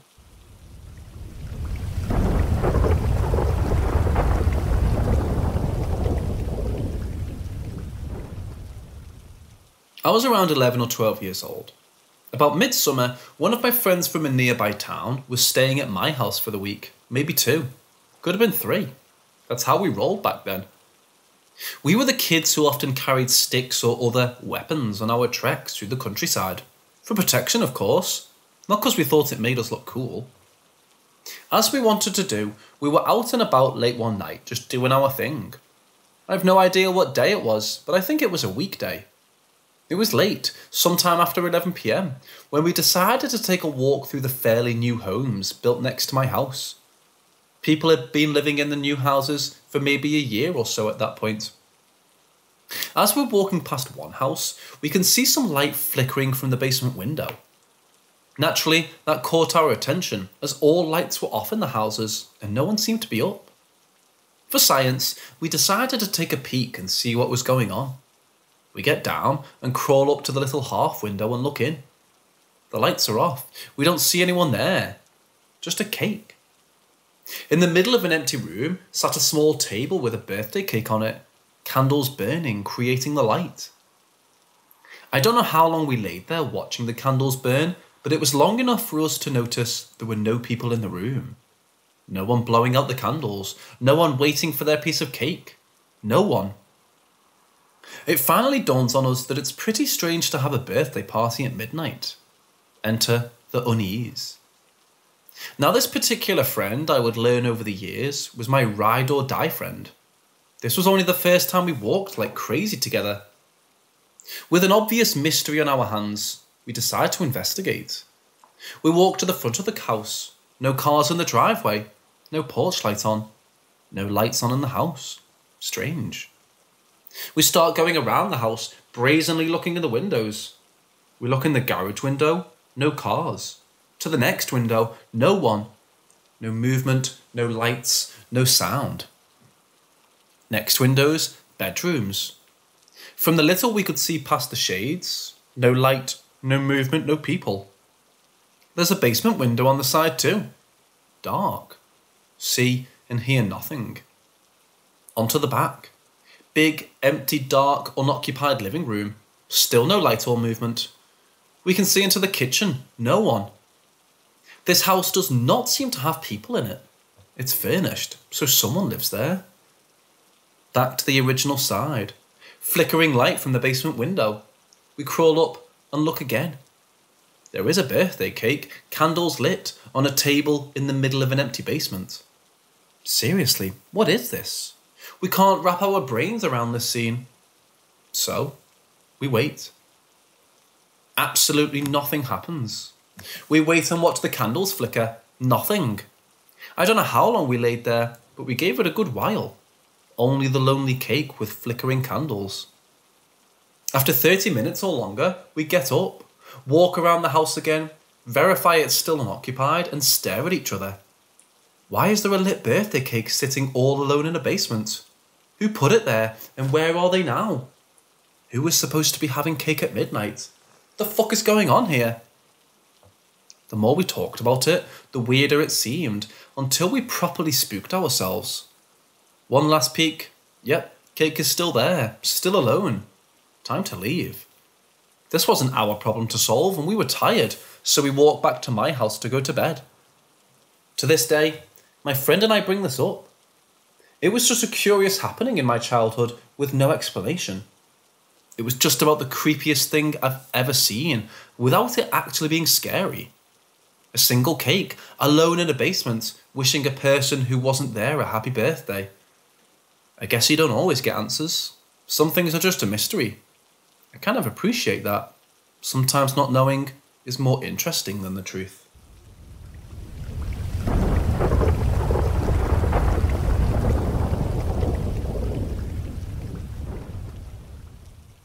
Some background. I moved in with my boyfriend and his roommate last January. The apartment was small, but we shared the bedroom and I didn't bring all of my stuff with me. Long story short, I'm a college student and my housing fell through for the winter semester, so the move was very impromptu. The bulk of my stuff had been left at my parents' house back in my hometown. This past August, we moved out of the apartment and bought our first house, so I was excited to get my things. After we moved in, I began unpacking my stuff, which had originally been packed nearly a year and a half ago, back when I had to pack to move back in with my parents. Most of what I have are books, art supplies and trinkets I've either found at thrift stores or inherited.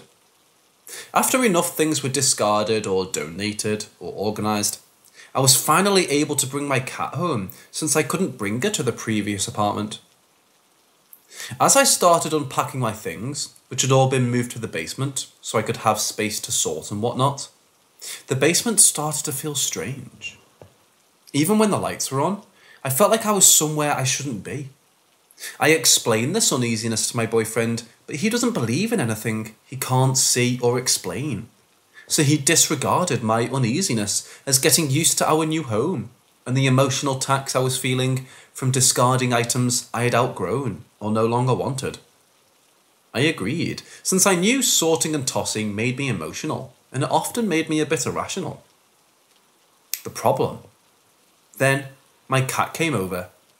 The uneasiness in the basement didn't change, but I felt better having my cat home with me. She was always a skittish cat, so I wasn't surprised when she hid from us making noise. The problem started when she became scared of the dark. She'd stare at the basement stairs when the lights were on or the sun was coming through. But if you turn the light off, she'd stop what she was doing and go hide in the couch. It wasn't just me feeling uneasy, but I wondered if my uneasiness made her feel it too. My vet says she's still adjusting, but the sinking feeling I get from the basement now includes our kitchen, which is at the top of the steps and next to the living room. I was ready to dismiss it as my still adjusting to the change itself, so I continued my routine.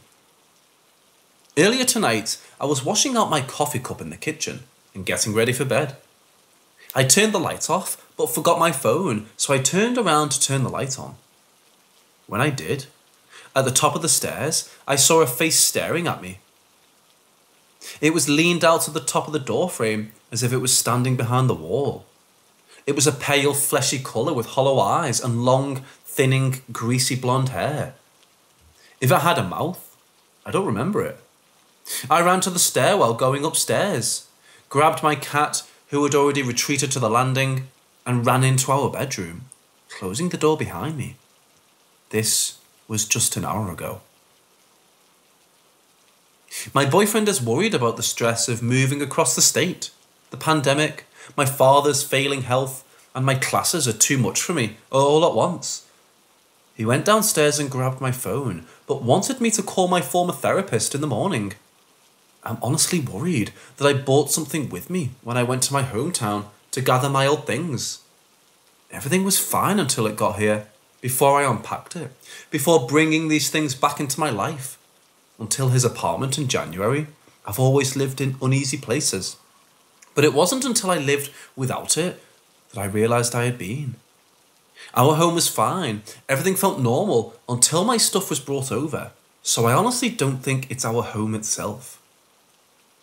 How do I go about finding whatever item this thing might be attached to? Is there a way to get rid of the thing? I feel crazy posting here like this, but I have to know. How do I make it go so I can have our peaceful home back?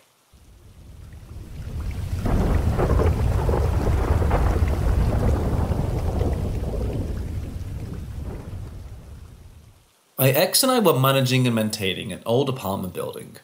Tenant in Unit 16 gets tossed. We go to prep for showings. Tearing up carpets, paint and epoxy the tub, paint, garbage, etc. Came across this vase sitting by the support beam. Nothing wrong with it. Too nice to throw out. Decorated with roses and cherubs. I said, "What should I do with this vase? I don't see a reason to toss it." The ex said, "The one sitting on the floor? Put it back in the kitchen where I left it." Odd statement, but my ex has a funny way of processing info, so I put it back in the kitchen. We worked a couple more hours, took all the tools and cleaning supplies with us, left the vase in the kitchen, locked the door and went home for the night. Come back the next day to finish up, final touch-ups. The vase is back on the floor. Double check the key ring. We have both sets that the tenants surrendered. Picked it up, put it back in the kitchen and pressed on. Changed the lock. New doorknob, new deadbolt, new keys. A week or so later, an awesome new tenant takes the place. Vase is nowhere to be found during the walkthrough. Sign the lease, give him the keys and press on. 3 days after moving in, the tenant knocks on our door. "Can I get a new lock for my door?"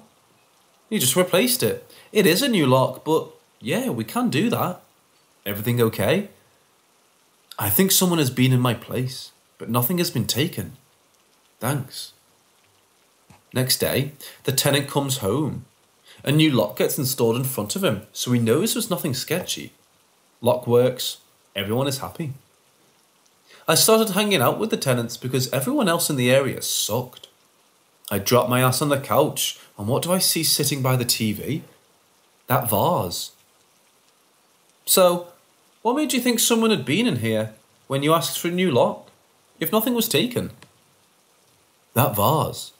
I came home, and it was sitting right here on my coffee table." A year or so passes. I'm decent friends with a guy who's 16. Always keeps the door locked, even when he's home. Video games, nerd shit, music, people, etc. I've seen some shit in this building, and I'm comfortable enough to ask if he's seen anything other than the vase, which was still on the TV.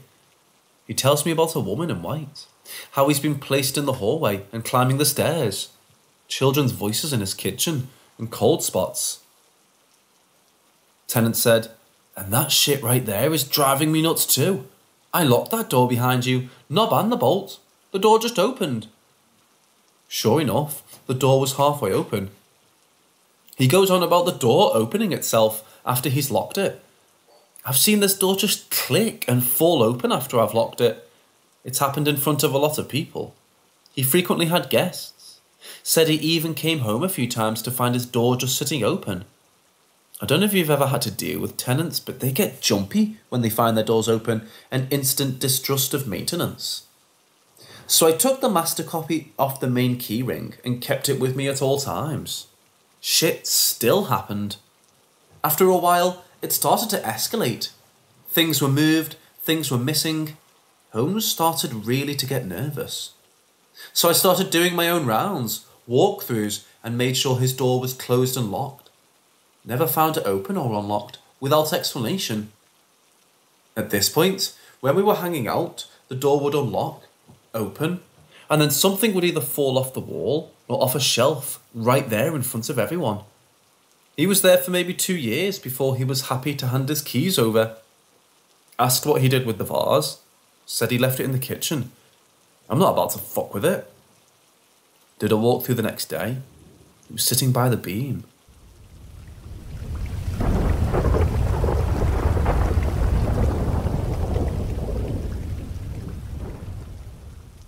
When I was 15, back in like 2012, I played guitar for a metal band.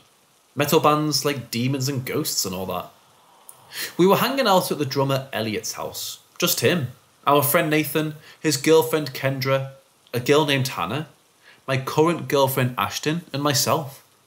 Things got boring, so naturally we decided to contact the afterlife. This would be my first time ever. I'm unsure of others in the room, but our friend Nathan had been doing this for a while. Ashton had a particular interest in these things too.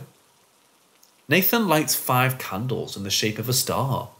The lights were turned off. He had a pinnacle necklace. His hand holding the necklace, pinnacle dangling from his knuckles. We began asking questions to anything that could hear us.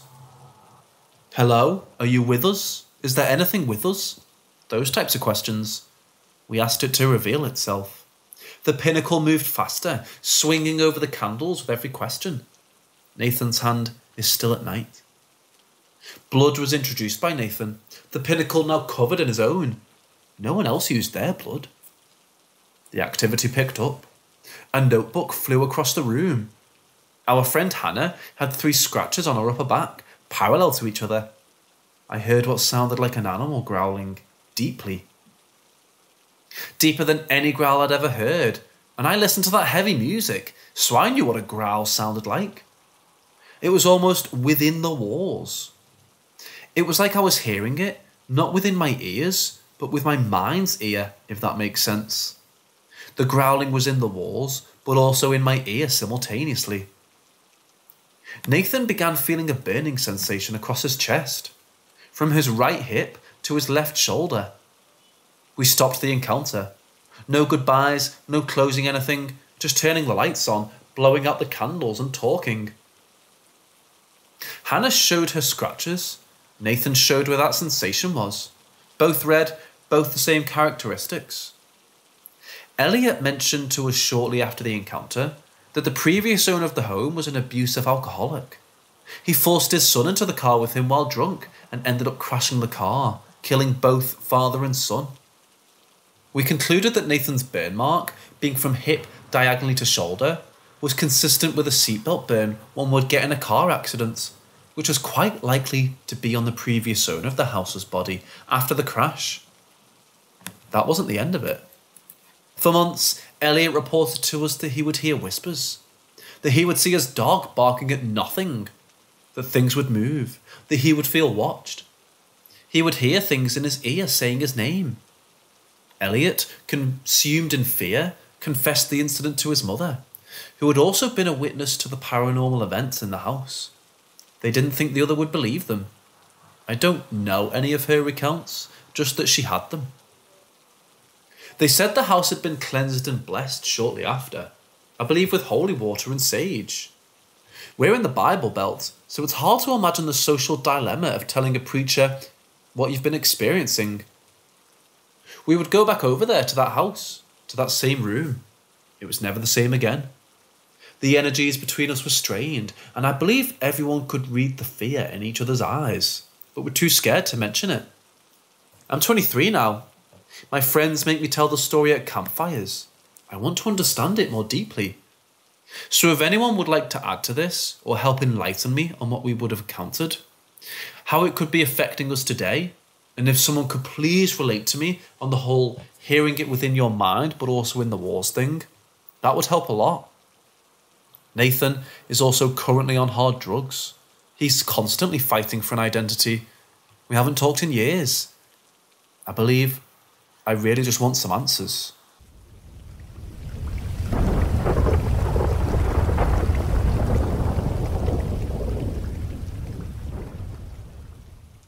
I moved to Chicago for college, and my roommate is really interested in the paranormal. We bonded over that immediately. The first few days in the dorm were spent introducing ourselves to the neighbours. Two of them, both sophomores, tell about how our residence hall is haunted. They show us a Snapchat picture of the ghost, which looks like a slightly darker shadow in the midst of other shadows. No, I don't have the photo. My roommate believes it instantly. I, on the other hand, am more of a skeptic. So, like any sane person, we bought a Ouija board. We went to Target first, and I asked one of the older ladies working there if they had a board. She proceeded to give us a lecture on why we shouldn't use the board, which just added to the whole two dumb white girls getting murdered by ghosts storyline. Also, we bought a Virgin Mary candle while we were there. Because, Christianity. Anyways, we used the board and spent 5 minutes talking to a drunk ghost named Svep. Didn't get jack shit from the board. Ended up giving it to a friend, so we only used it once. Yes, we said goodbye. Here's where spooky stuff starts. My roommate starts getting bad vibes in the room. I'm thinking it's just because she's worked up from using the board. She's serious about it though, so I make the trip to our local Catholic church, and I get a Bible. I even ask one of the priests to bless it, which he kindly does. About a day later, our Virgin Mary candle gets knocked off the table. The glass shatters, but only around her face. Weird, but hey, shit happens. My roommate starts looking at other rooms and tells me that I should come with her. I tell her that she needs to calm down. Literally, nothing is happening. Some other things happened, but I can't really remember what. But here's the kicker. My roommate was upstairs in the common area while I was in the shower. Bathroom door locked, no other roommates, no pets, nothing. Now, the shower has 2 shelves for us to put stuff on. One is near the shower head and the other is at the back of the tub. I have the shower head positioned so the water is coming pretty much straight down, aka no water is hitting the back shelf.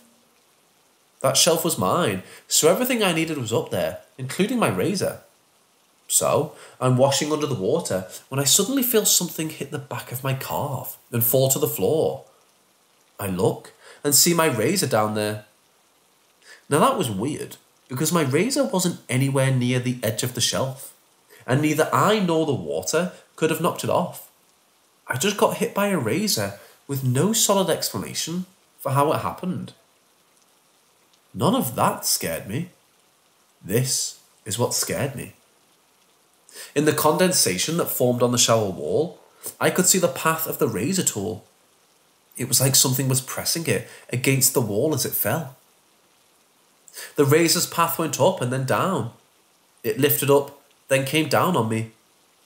I ran out of the shower and went upstairs to tell my roommate what happened. I was standing in the common area, soaking wet with only a towel on and soap still on me. My roommate moved out. I stayed. At least until the year was up. Then I switched to a single room in a different residence hall. This hall was next to an alleyway, affectionately called Death Alley. Yeah, what an improvement. Stuff has happened there, but that's a different story. Nothing else happened after that. There's probably a logical explanation, and I've had much weirder things happen to me, but I thought you'd enjoy this weird story.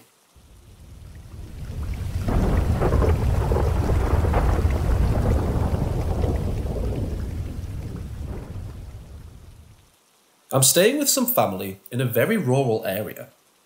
The closest stores are super far away. Hours. We got here late Friday and are leaving late Monday. Today my cousin and brother happened to see a drone that was following them on the land we have, about 200 plus acres over here. Everyone was a bit confused and didn't really like it because it's creepy and an invasion of privacy on our private property, but we disregarded it, figuring somebody on their land nearby is just bored or something. It's now 2:25 AM Monday, and my parents were together outside, relaxing near the house on this swing chair, listening to the nighttime sounds. And I was inside with my grandparents, in bed with my cousin and 2 siblings, when I got a sudden phone call at 2 AM. I was very confused and didn't think anyone would be calling right now. I grabbed my phone, realizing it was my mom, so I immediately answered, making sure things were okay outside, since there's plenty of weird insects, poisonous things, snakes, coyotes, wolves, etc. around here, and my mom gets scared easily. She says in a concerned voice, "Me and Dad just saw something flash over our heads, really low down on us, and we don't know what's happening." So I told my cousin and my brother and sister, and everyone seemed pretty freaked out, because that's very unusual. We all run out to the trees by our house and get to my parents, who were staring up at the sky and a bit far away, panicking. As everyone was outside staring around at the sky, we managed to point out multiple drones or something strange in the sky, flashing, getting farther away and closer.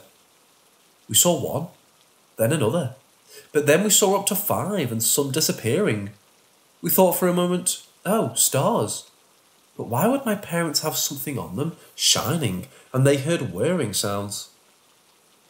We drove a donkey. I don't know what it's called. It's a small vehicle like a golf cart, but not.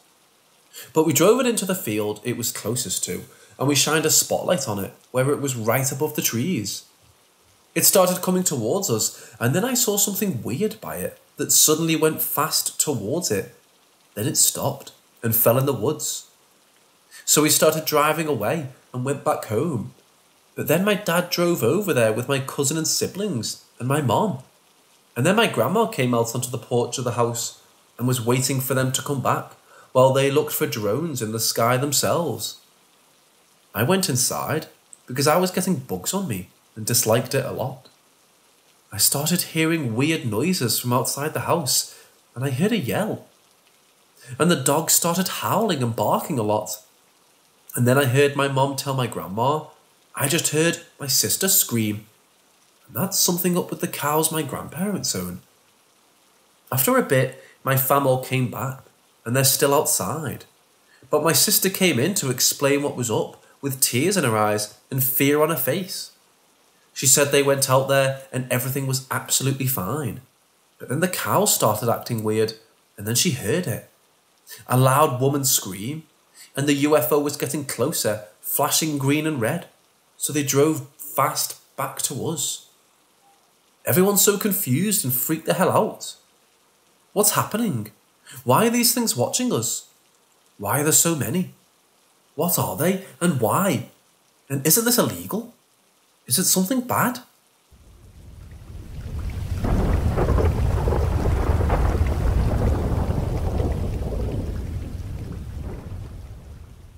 Even as a kid, I've always had an interest in the paranormal, the weird.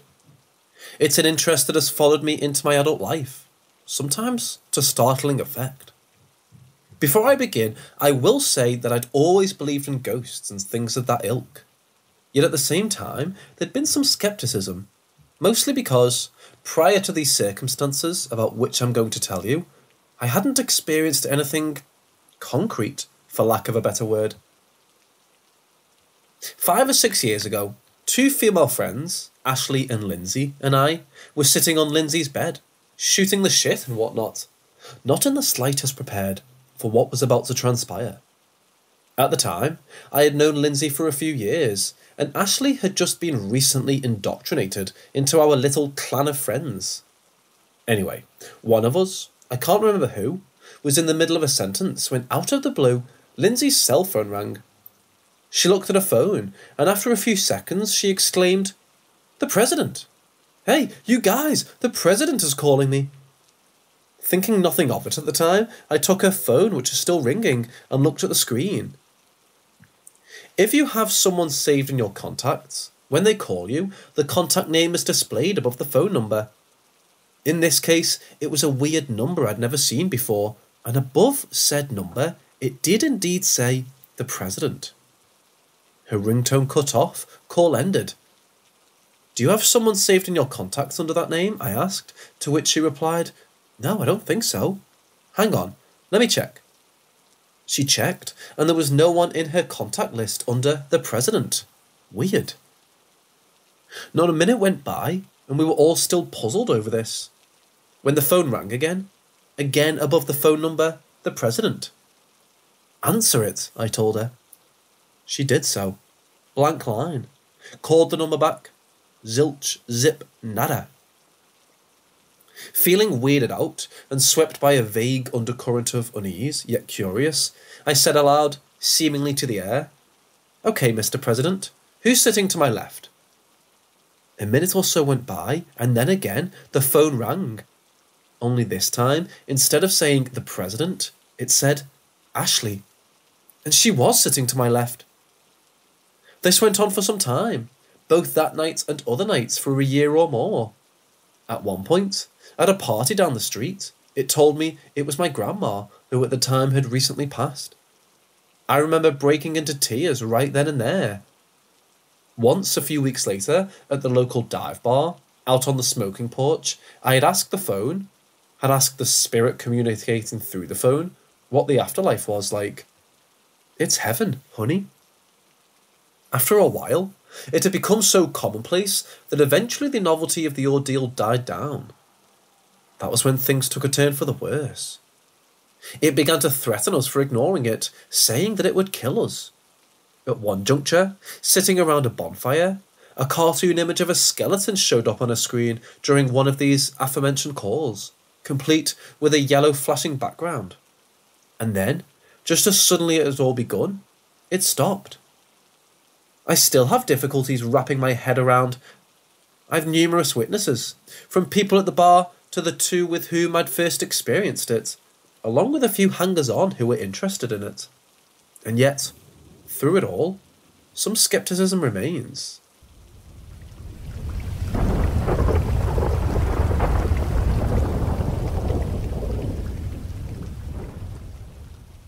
My sister has a poltergeist that we call George. It's questionable if he's actually a poltergeist, or just a spirit, or something else, but he's been around for at least 10 years. His name is George, and he kind of appeared when we built our new house. I assume due to family issues that created a negative enough energy, he was created, or was able to feed off of it enough to become more steady. I was the first one to notice him. It started with the house creaking, lights flickering in my room, and glasses in the kitchen thinking together at night. It's just the house settling, is what I told myself. It's just weird electrical issues, my dad told me. It's just your imagination, my mom told me. Yeah, okay, whatever. I started hearing actual footsteps at night, and car doors slamming outside at weird hours. It's just the house settling. It's people going to the bathroom or getting water. It's just neighbours and the way the sound carries over the forests and fields. Bullshit, but okay. A few other experiences happened not surrounding George, and slowly, over time, more of my family started believing me. It kind of became a joke of sorts. "Hey, where's my tape measure? I left it on the bar." George probably took it. And so whenever we lost something and found it in a weird place, it was George. There was one time he took a biscuit, which I guess could have been a child, but it's more fun to blame the ghost. Then it started getting more violent. If Dad was in a pissy mood, something would usually come flying at his head. Some of the more notable occurrences happened in the kitchen when he would be cooking. Pots, pans and cookie sheets have all come out of their assigned areas and smacked him in the head, which makes him more angry, but he usually leaves the house for a bit when that happens. We always blame George. He just blames whoever put the dishes up for not putting them up correctly. Doors started slamming, and furniture started moving around, and glasses started shattering for no reason. And while the parents brush it off as normal occurrences and don't really think George is real, the kids know. A big thing happened one time. All the kids were in bed, but their closet light was on. We were all arguing about who was going to turn it off because nobody wanted to get up. And we saw a pale arm come out of the closet and flick the light switch off. Needless to say, we didn't sleep much that night. For the longest time, I thought he was attached to me because stuff always happens around me, and I saw it the most. But after I moved out, I guess he attached himself to my little sister. So things have happened at both parents' houses, like the stuff described above, and some mild stuff at my mom's house. House creaks, knocking, doorknobs rattling, windows banging, glasses breaking, weird electrical things, and objects getting moved around. Always my sister's things, never my mom's. Mom actually refuses to believe George is real, despite being present for many of the occurrences. Over the years, George has kind of become part of my sister's daily routine. She communicates with him pretty regularly, usually by knocking on the wall. She leaves some food on a plate when she gets done to kind of offer it to him. She has a small area in her room that she leaves open and clean for him. When he gets loud at night, she tells him to be quiet, and he listens. She rather enjoys his company most of the time.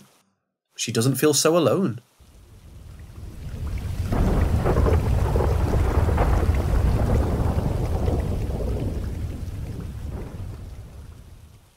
Twas the night before Stranger Things Season 2 came out. As a huge fan, I was super excited and decided to stay up the whole night to watch it all.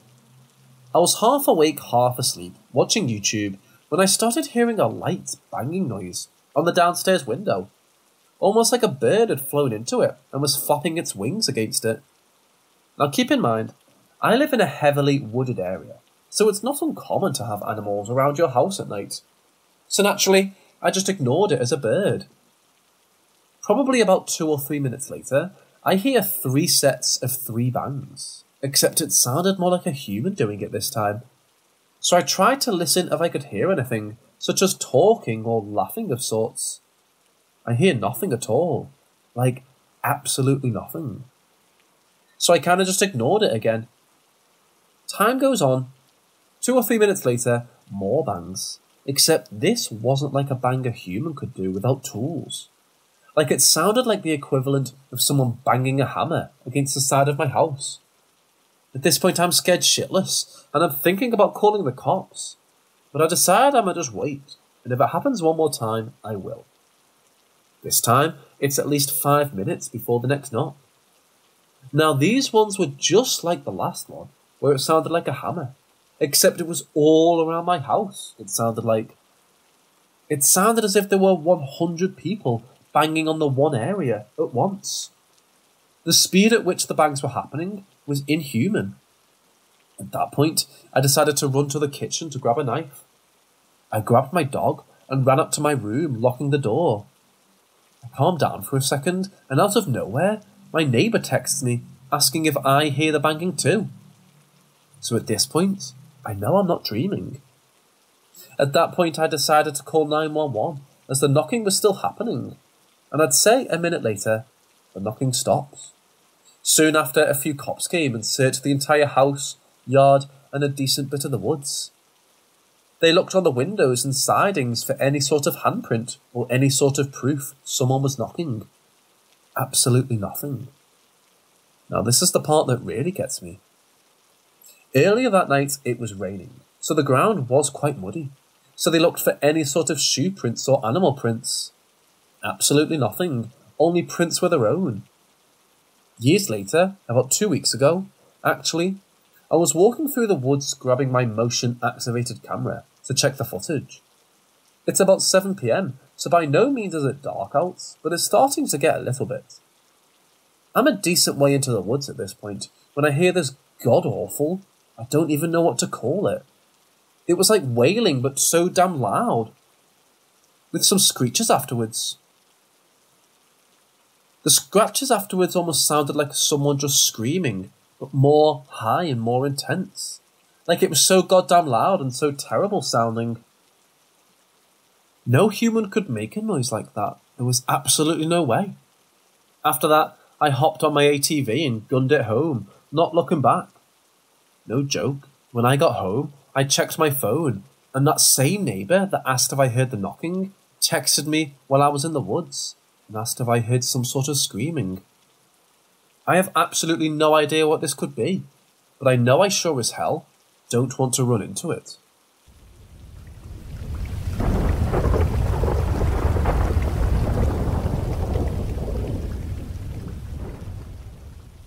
So this happened about 2 years or so ago, but it still sends chills down my spine whenever I think about it.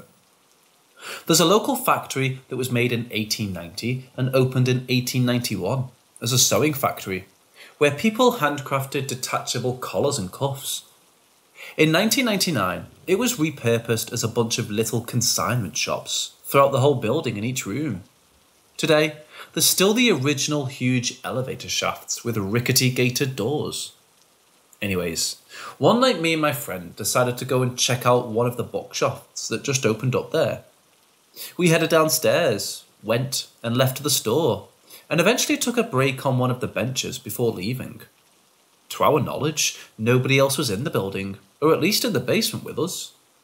So we're sitting there, and the way the bench is positioned is flat up against a wall, where you can see all the way up the hallway, with the flight of stairs to our right, and no one on the steps to our left.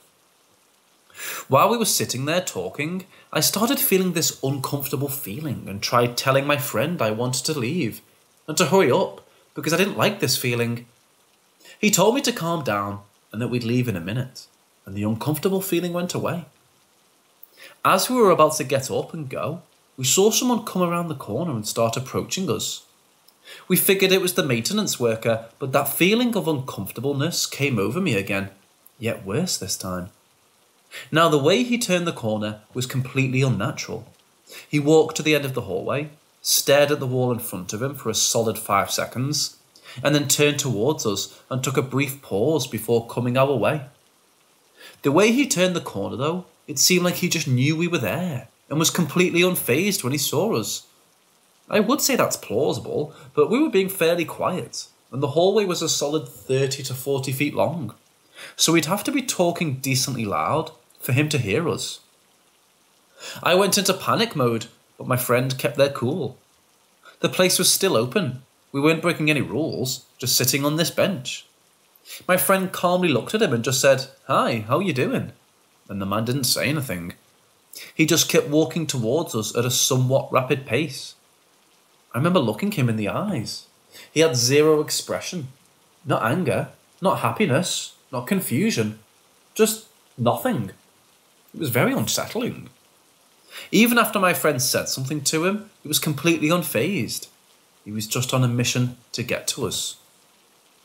You'd assume if this was a maintenance worker, he'd either tell us it's time to leave, or say hi back, or something, anything. But no, just this blank, expressionless face making his way towards us. After he didn't respond to my friend and started getting close to us, we just gave each other this "we need to go" look and sprinted out of there. When we got out of the building and down the road, the uncomfortable feeling left me and I started calming down. We didn't really talk about what just happened. We just went on our way back to my house. Ever since that night, I haven't been back to the factory or any of the shops there. Something about that man wasn't right, and it sent chills down my spine seeing him, and it sent chills down my spine just typing this. I'm a firm believer of the paranormal, and I can just about guarantee that whatever that was definitely wasn't human.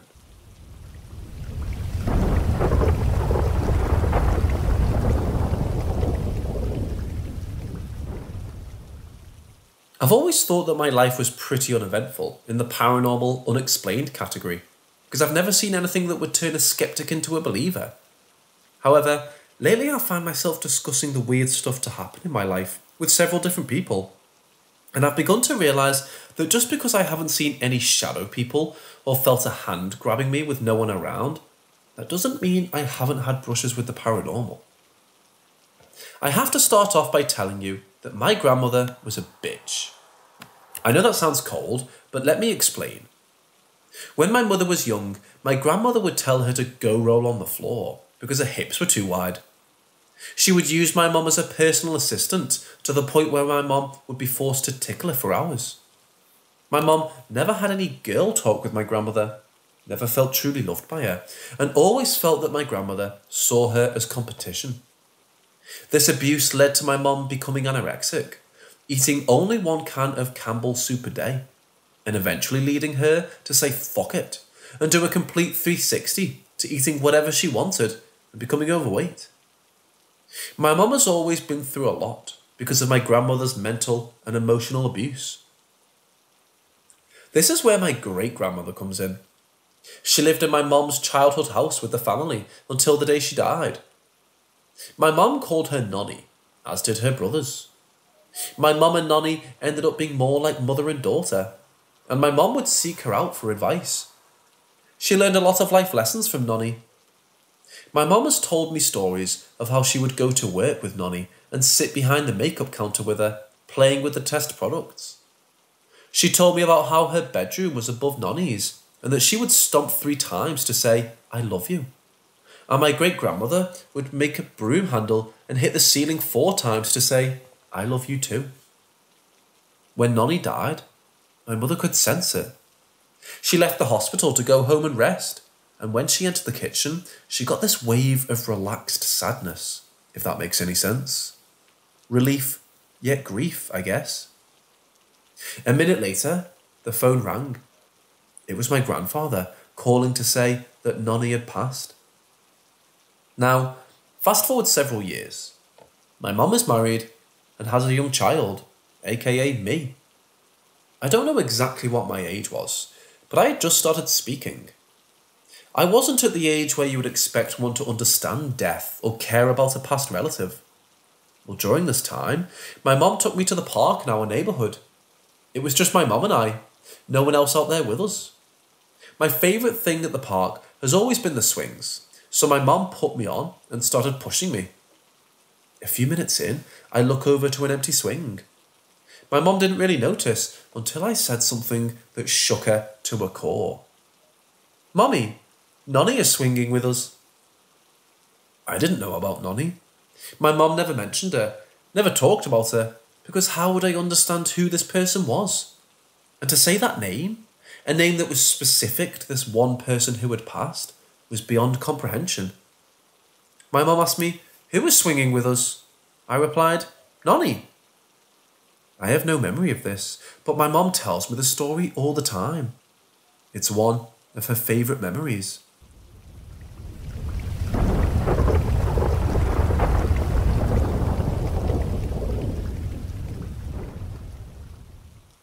I lived with my nana for the majority of my childhood. Her house was about 150 years old, give or take. The upstairs consisted of a big room connected to another bedroom, a bathroom and an attic door. The attic was a room connected to mine. In the attic, there were 2 secret rooms which I've never been in. It was just known that they were there. So there have been plenty of paranormal things that have happened at my nana's house. I'm almost 16 now. And when I was about 4, I was playing hide and seek with my uncle's friend, and 3 of my friends. In my room, I had a cot for a bed, so it was able to be folded in half, so I chose to hide in it. My uncle came, looked around the stairs, but didn't find me. After a few minutes, I heard him yell, "Forfeit," so I came out. I was about to head downstairs when I heard something behind me. When I turned around, I saw 2 or 3 dark figures walking into the closet. My uncle had left it open. A feeling of dread washed over me, and I screamed at the top of my lungs and went to run downstairs, but I fell, injuring my arm. My nana and parents came running into the foyer to find me laying at the bottom of the stairs, sobbing. Upon investigation, the closet door was closed. My parents and I ended up switching rooms. And I'm still deathly afraid of the upstairs at my nana's. Another instance was when he was around 9. He and his mum were sitting on the couch watching TV when he saw a pure black entity going into him in his mum's room. After that, he flipped out and wouldn't go back there for months. My aunt was about 18 now and coming home with a boyfriend. Through the window, she saw her mum watching the TV. My nana looked at them, and my aunt explained that the look on her face was pure evil. My aunt turned to go inside, and the TV was off, and her mum was in bed. It had only been a few seconds, and not nearly enough time for an older woman to get to her bed so fast, and in pyjamas and asleep. The last instance is my own story. It happened 2 summers ago when I turned 13. It was about a week after my birthday, and I was going to spend the week with my nana. My uncle was still living with his mum to help take care of her. I hadn't gone into my nana's room yet because I slept with her when I came over. I had been there a few hours and was going to go to the restroom. The room was dark, and as I started feeling an overwhelming sense of fear, I can't exactly remember this moment because I blacked out or something, but I got the rest of the story from my uncle and nana.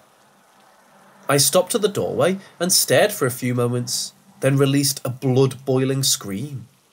My nana lunged over, turned on the bedroom light, and I was shaking and crying. My uncle started saying, "What's wrong? What happened?" My nana begged me to tell her what I saw, and all I mumbled was, "The dark man." We sat at the table for hours after that, and noticed that the little pole thing that comes down from the fan was spinning wildly, though the fan's off.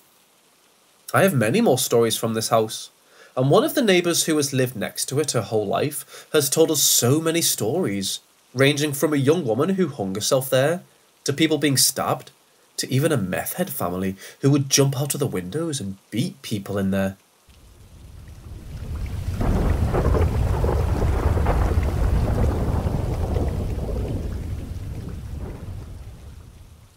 I've had a few spooky experiences in the past, which other people had also experienced, but nothing quite this spooky.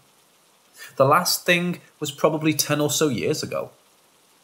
Whether this is relevant or not, I'm a 37-year-old male who lives in Birmingham, England. I live with my wife, my Japanese Akita dog, and my wife's mom, who we care for as she's really unwell with her health. Her husband died just over 5 years ago. So in the night, I had a really bad dream. When I was woken up by my wife, I realised the dream I had was a continuation of other dreams, which was a continuation of other dreams. So I was in a dream series. If you've never had them before, they can be weird. In this dream, there was a giant pink balloon in what will be our child's bedroom. We're planning on starting a family soon. Upsetting, I know, but this balloon is in memory of a child who has died. Presumably our daughter, who isn't even born yet. My wife made this balloon. I remember other dreams. I was scared of this balloon. In my dream, this balloon followed me, and I felt it was trying to kill me. Then it floated past me, and I screamed and ran to the toilet. My wife came to the toilet to see why I was shouting, and I told her the balloon is going to kill me. She didn't believe me, until the balloon opened the door. This is when I woke up, and then stuff happened in my waking life, which we both experienced. I went downstairs to get a drink and came back to bed. She asked me about my dreams, so I told her. When in bed, I felt a very eerie coldness about my body as I tried to forget the dream. Then I thought about the balloon and looked at my TV. Soon as that happened, the LED lights behind my TV turned on. The exact second, I shit you not. This made me slightly panic, and my wife thought it was weird. My wife's mum's husband, who died, was an electrician. He had an obsession with LEDs too. I'm not saying this was him, but the LEDs have randomly came on the night before. Maybe something to do with my PS5 updating in the night. I'm not sure. They turned on and off within 10 seconds of my TV turning on. They were on for about 2 minutes. Then something which shook me to the core and stopped me being able to breathe for a couple of seconds happened. The LEDs turned off and about 2 seconds later, the TV flashed. This has never happened before. We both saw it, and where it flashed, it wasn't the whole 46-inch screen. It was an oval-shaped flash which looked like it was the same shape and size as either a big balloon or a human face. We were both really scared. I got out of bed and turned the TV and everything else electrical off from the wall. I struggled to sleep. My body kept going extremely cold, although I myself was sweating and warm. The heating was on and it was about 23 degrees in the house, plus body heat and duvet. Our dog normally sleeps in the room, but was sleeping outside the room at the top of the stairs, which isn't completely abnormal, but normally he is in our room. I eventually got back to sleep, which was thankfully uneventful now. Anyway, this was my story about being terrified last night. I hope it never happens again.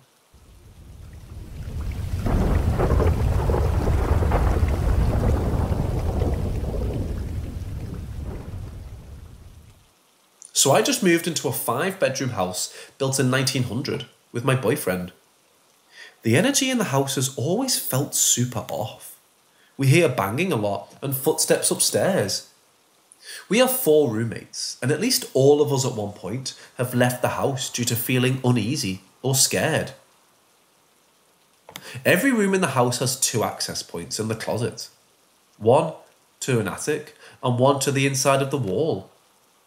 Because the house is so old, it has double-walled insulation, meaning I'm literally able to stand up and walk inside the walls if I remove the little door. There's also an attic tunnel which leads from my boyfriend and I upstairs bedroom to our roommate's bedroom. Often the sounds we hear come from places where people cannot walk. I also wake up around 2 or 3 a.m. most mornings feeling pretty scared. But other than the above creepiness, nothing has actually happened that I would consider paranormal. Last week, it was really stormy, and the energy felt super off. We were having a loud conversation, talking over each other, when we heard what sounded like a basketball dribbling upstairs. It was loud enough that we all stopped talking to listen to it. Then we heard footsteps from inside the upstairs wall. Roommates had to go to work. I practiced Wicca and was feeling very uneasy, so I decided I would also leave and get some stuff to protect the house from dark energies. Here is the part I cannot explain. I was burning sage, walking around the house, basically saying only positive energies are welcome here, to please not scare us and stop bringing negative energy into the home. On the other end of the house, I had some crystals set up. The cat was with me when this happened, but I heard what sounded like a pig squealing from the other side of the house, and a clatter. Well, I nearly shit myself, because the crystals, which were sitting on a flat surface, had all been knocked off the edge. I figured they had fallen behind the couch, so I moved it out of the way. They had fallen behind the couch, and sitting on top of them was a blue hydrangea flower. I have no idea how to explain this. I had just cleaned the carpets and vacuumed behind the couch that week, and my kitten plays back there all the time and rips up everything in sight. Well, this flower was perfectly preserved, not missing a single petal. Even if after all this, it somehow managed to get there, the hydrangea bush out front had been dead for at least a week.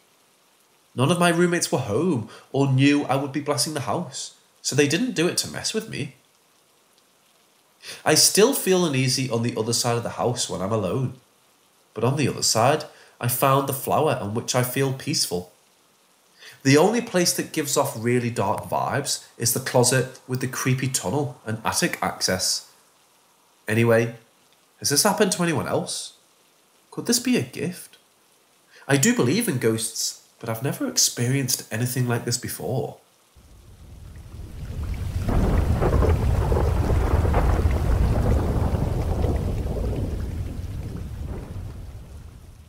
So a 16-year-old female friend of mine passed away last week, Wednesday, due to some kind of medicinal error.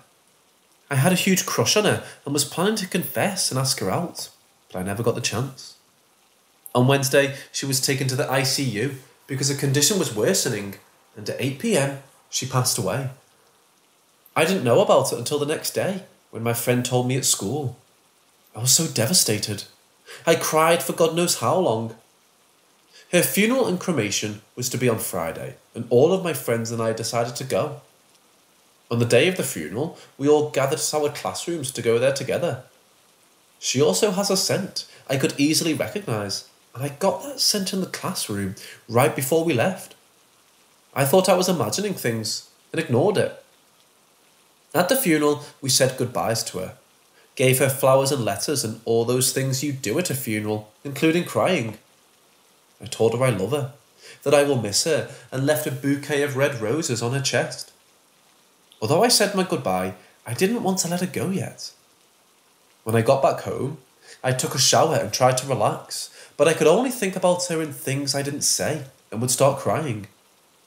Therefore, I thought I would take my mind off it by playing some video games. So I started playing FIFA 19 on my PS4, and it was going well. However, at around 8 PM, my cat was rummaging around upstairs, so I went to bring her down. After I successfully drove my cat away, I started making my way back downstairs. But as I was halfway down the stairs, I heard my deceased friend yelling, "Hey, Red!" As I still wanted to see her and talk to her, I quickly went around the house, looking for where the voice came from. When I went outside, I could hear the neighbours' kids playing loudly, but the voice I heard was quite different from theirs. My cat was staring at the garage, but I couldn't see anything. I gave up and thought to myself maybe I'm hallucinating, and went back to playing FIFA. 30 minutes later, I heard another "hey" right beside me. I looked around me and saw nothing. I then started crying again as I told myself I'll never see her again. Fast forward to this Monday, my friends and I gathered again to just chill. I then brought up what happened on Friday. Turns out, my friends also had something to share. My mate said he heard knocks on his windows, but was too afraid to open them. My other friend said some kind of motor made sounds while she and her mother were talking about the friend who died. As soon as we finished our stories, I caught the scent of her again.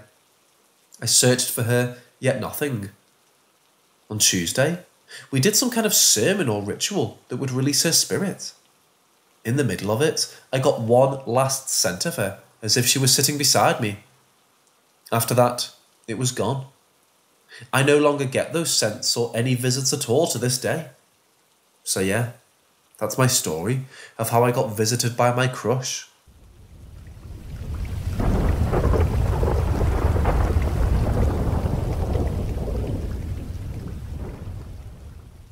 In the early 90s, I had a buy-sell trade record store in a historic neighbourhood of my city. I lived in the loft upstairs with a roommate, John. He had just moved back to town from Portland, where he had just finished a tour as a guitar tech for the band Everclear.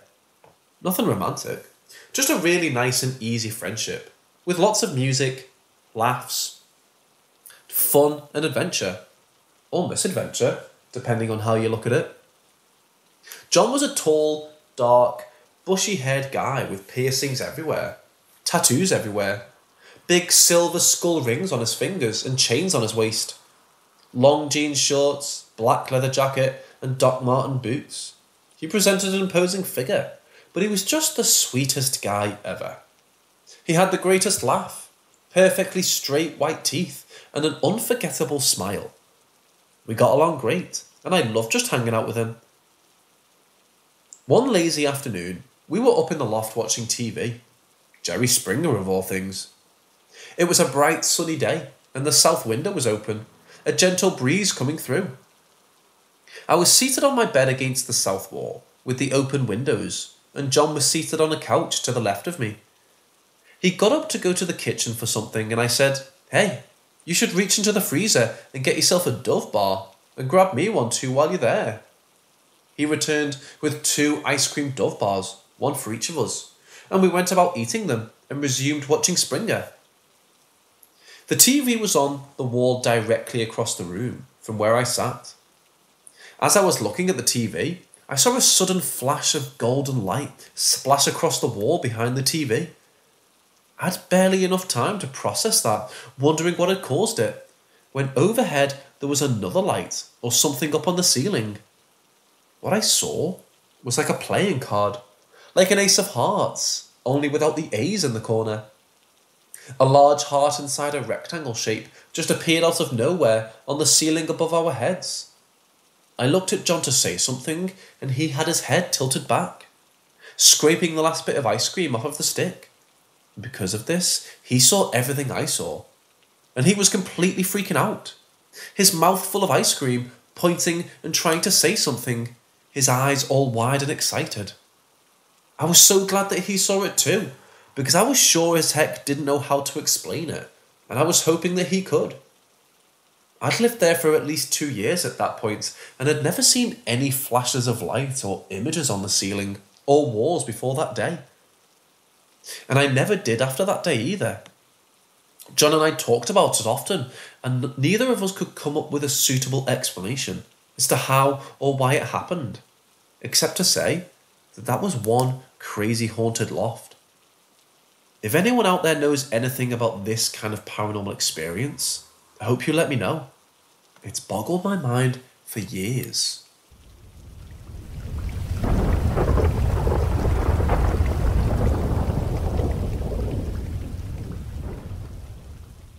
Currently my boys are 8 and 6. At the time they were like 4 and 2.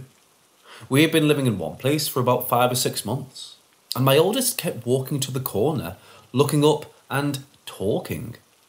Then, after a few times he walked over, grabbed his brother by the hand and walked him to the corner. He also looked up and started talking, and they were both smiling and giggling like an adult was interacting with them. After my youngest's third trip over, I asked, "What in the world are you two doing?" thinking it was some kind of game. My oldest giggled and said, "I'm talking to Grandpa." "Baby, your grandpa lives in Nebraska. He's very far away." The younger son was talking, pointing and laughing at the corner. The older son was laughing and said, "No, Mommy, it's your grandpa." As I said, my oldest was still doing a lot of babbling, so for him to suddenly speak so clearly and in a completely coherent thought was very unnerving. I look at the corner. Both boys are talking and showing toys up to the corner. I watch for a few minutes. This all happened over a grand total of 30 minutes. "Babies, come watch your movie so Mommy can fix dinner." The younger son waddles over and sits back down. Older son picks up the toys that had accumulated in the corner and, holy shit, put them away, then went and sat next to his brother. I start dinner and I keep looking at the corner. Shot in the dark. Thanks, Grandpa. The door in the corner fell open like someone walked through it, and there was a heightened feeling in the room afterwards. That night, I had a dream of my childhood home, and on the path back to the woods, there was a small building. Granite, like a mausoleum, but was little more than an awning. One wall that held a door, 4 pillars, and a bench swing. I walked to it and lit incense and sat on the swing, started rocking, staring at the ground. Then they were there. Those old ratty sneakers. My grandpa was sitting next to me with that smile. Sitting on the swing, I just started talking, mostly about the boys. Told him I missed him, so much so that I named my eldest after him. He just sat and listened with that smile on his face. After a while, we both stood up. I hugged him and told him I hadn't told him everything yet. Then my name was called from elsewhere. I looked around, didn't see anyone, looked back and he was gone. I yanked the door open and it went into its vertical shaft, endless in both directions, completely lined with doors. I woke up crying and in a panic attack. My grandfather died somewhere along 2004 or 5. My grandmother in 2008. My son was born in 2010, just 1 week shy of my grandfather's birthday.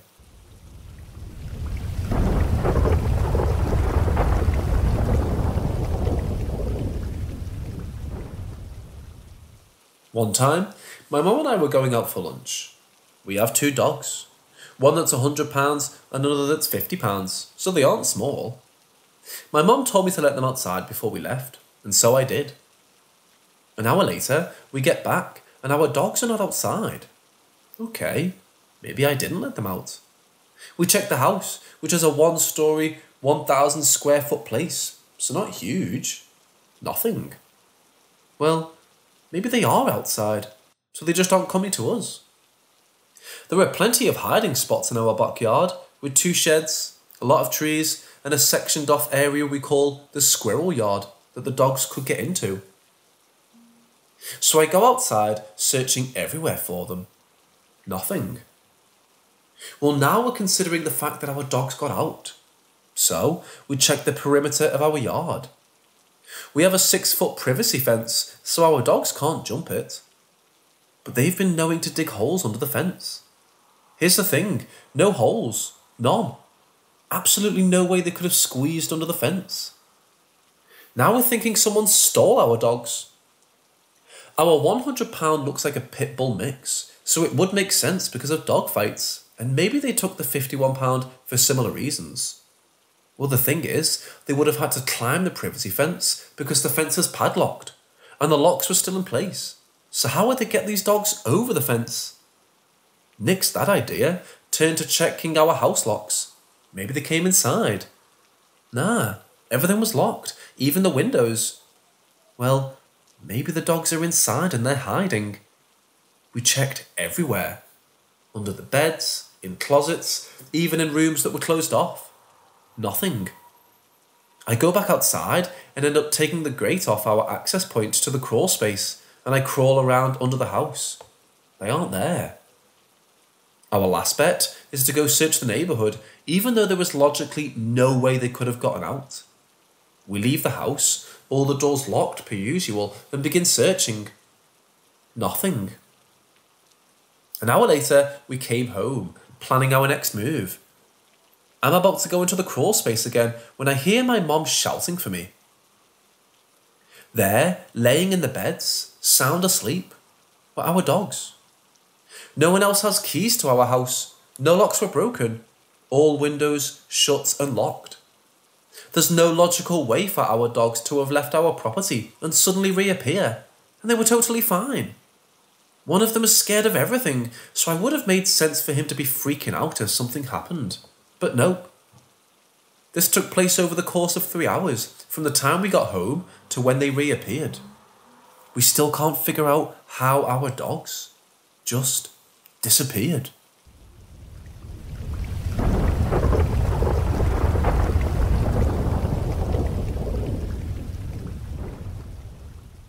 For context reasons, I'm going to explain why I was in the room that I was in, but also that I didn't find out about the history of the room until I was about to go to sleep.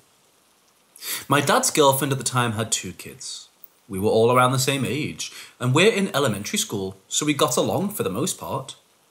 So occasionally we have sleepovers, where my dad, brother and me would all sleep over. It was usually somewhat fun, but I've never really got along with her daughter at times. My brother and her son were best friends though. For privacy, I'll call her daughter Liz. One night, sleeping over, I suddenly wasn't allowed to sleep in the same room as Liz. She didn't want me to sleep in the same room, so she made me sleep in their new guest room. It looked nice, but there were a bunch of old photos that made me feel uncomfortable. I had turned them down because I felt like I was being watched by them. As a kid, I was scared super easily.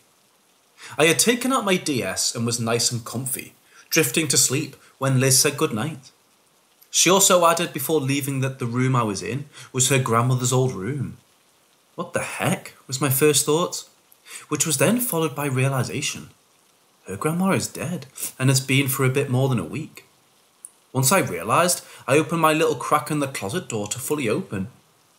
I didn't want to be in the dark, and it wasn't until it hit maybe like 2 AM or later that the lights in the hallway went on. I saw through the bottom crack of the door a shadow of someone walking. Praying it was someone using the bathroom, I opened the door hoping whoever was out there would comfort me. As I opened the door though, the hallway lights were off, with no one out there. I ran out of the room and in a frenzy banged at the room my dad and his ex were sleeping in. But as I did this, no one was answering. Then, in my left ear, I hear a woman's voice whispering. I don't remember what she said to me, but I started crying and screaming for my dad. yelling someone was with me and how scared I was. He opened the door and looked more worried than I've ever seen him. I hugged him and bawled in his arms, and he didn't say anything, just hugged me and comforted me. He slept in the room with me so I wouldn't be scared, and so I would get some sleep since I had school the next day. The next morning, my dad let me skip school, and we ate breakfast downstairs. He later mentioned that he was sorry he didn't answer the door as quickly as he wanted to. So I asked him what he meant. He said that the whole night he was kept awake by a large dark shadow in the corner of the room. He was scared as well, and was afraid to get up, thinking the banging was something else. Once he heard my story, we both agreed something bad was in the house. Because we both confessed to each other, we always felt anxious or uneasy when coming over.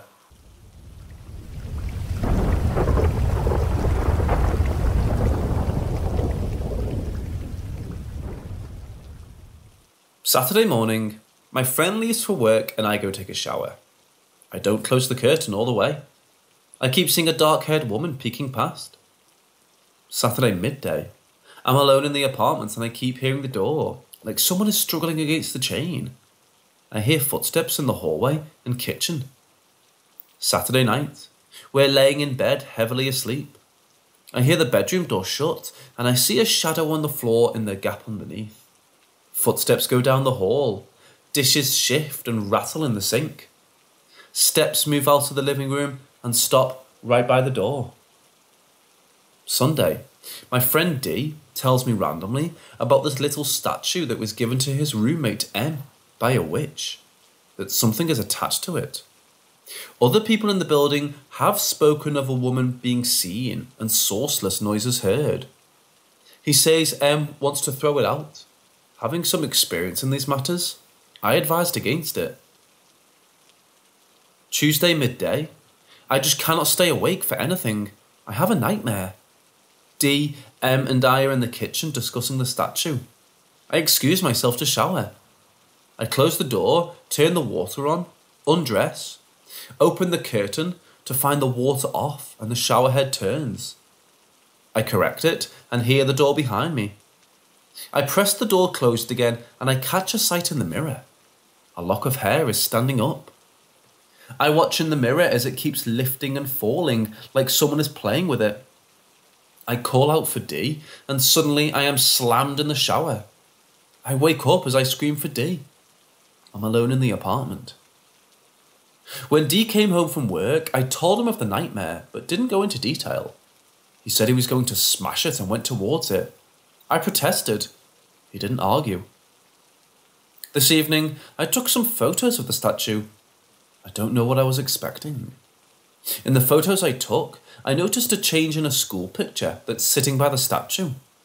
The hairline on the child was different in the two photos I took.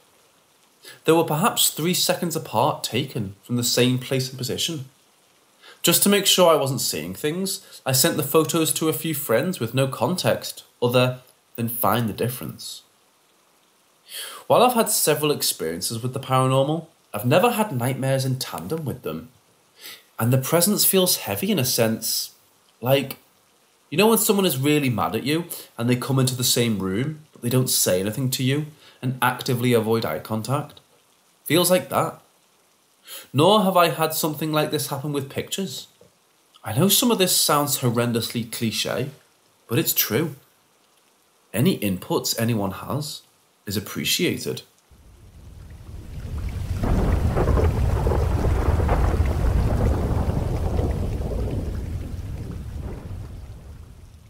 My dad's house is very new.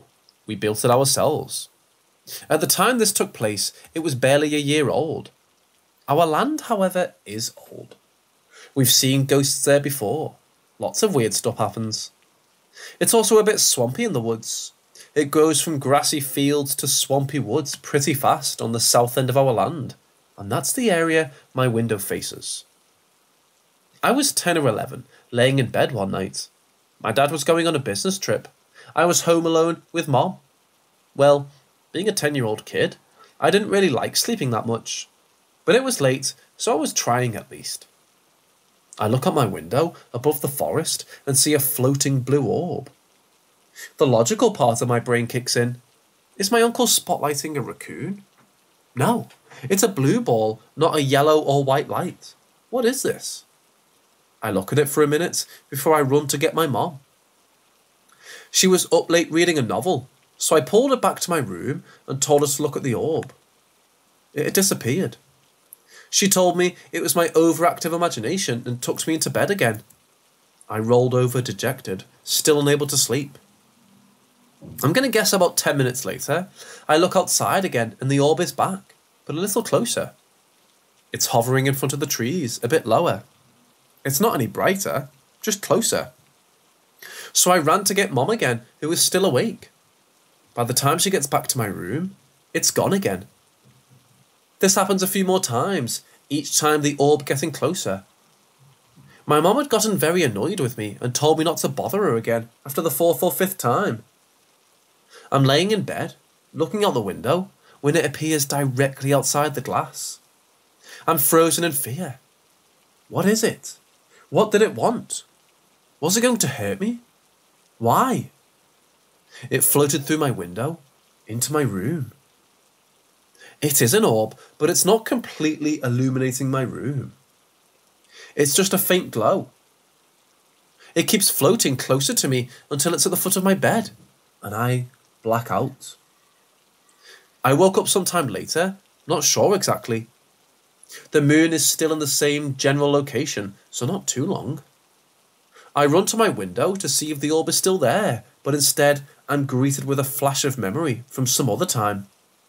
A boy, my age, short blonde hair, green eyes, a smile. A storm and darkness. I remember hitting the floor, and then I woke up the next morning.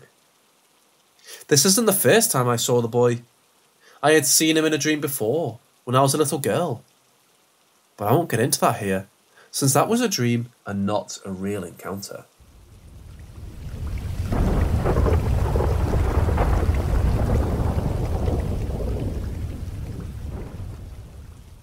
This was around 2015, not sure what month, but it was around 11 at night. I was driving from my dad's place to my mom's. I've said this a couple of times now, but my dad has 75 acres of spooky-ass land where most of my stories take place. Anyway, I was driving. I had just started down the long driveway when I felt like I was being watched. Not cool, but it happens more often than you would believe. I'm nearing the highway when I see a dark shape at the edge of the woods. Oh well, probably a deer. I shake it off. We have tons of wildlife in the area, from deer to panthers to the occasional bear, and then it starts chasing me. Keep in mind, please, that this shit is practically normal in my mind. I have tons of weird shit that happens, and it's not like it was just barreling at me. It just moved after my car, staying at the edge of the woods. So, I keep my pace. I turn onto the highway and speed up to 50 or so. I keep noticing something in my peripheral though. So I slow down and start looking for what it could be. A few yards behind me, I see this huge dog. I grew up with large dogs. My aunt had a Saint Bernard mix growing up, and I've had various large dogs. This thing was literally the size of my car. I know I mentioned bears before, but bears don't chase cars, and we only have black bears, which are like the most docile kind. Okay, now I'm freaking out. I gun it, releasing a long stream of curses and telling my car to get over it. I seemingly can't shake it for too long, so in an act of bravery, I pull over in a church parking lot, thinking maybe it's some sort of hell beast and it won't come into the light or onto church land. Holy shit, I was wrong. I stop and get my phone out to call my boyfriend. In that span of time, it catches up and jumps onto my car. I can see and feel and hear the metal popping and creaking, and I see a drool splatter onto my windshield. I scream, dropping my phone. It jumps off of my car onto the hood, where I get a glimpse of it before it goes into the cemetery and disappears. It was definitely a dog, built like a Rottweiler pit mix, but darker and larger. It was solid black, with paws the size of dinner plates. It had a huge head, almost the size of my car windows. I don't know why it decided to leave me alone, but it did, and I'm so thankful. I called my boyfriend. He calmed me down and listened, and told me when I got home I should take pictures. And I did, or I tried at least. By the time I got to Mom's, the only thing left was a single dent in the roof of my car and some faint claw marks that were more like indentations in the metal. Sorry guys, I don't have the pictures anymore.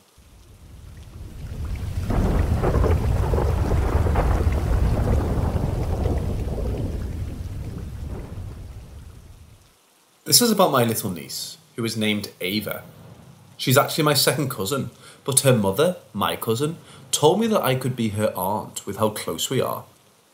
Recently, both Ava's mother and grandmother told me that Ava apparently has an imaginary friend that she's been waking up at night to see and play with. Her mother told me that she has also been feeling watched in the house. Apparently, an elderly woman who lived there before them passed away, so I think it's her playing with Ava.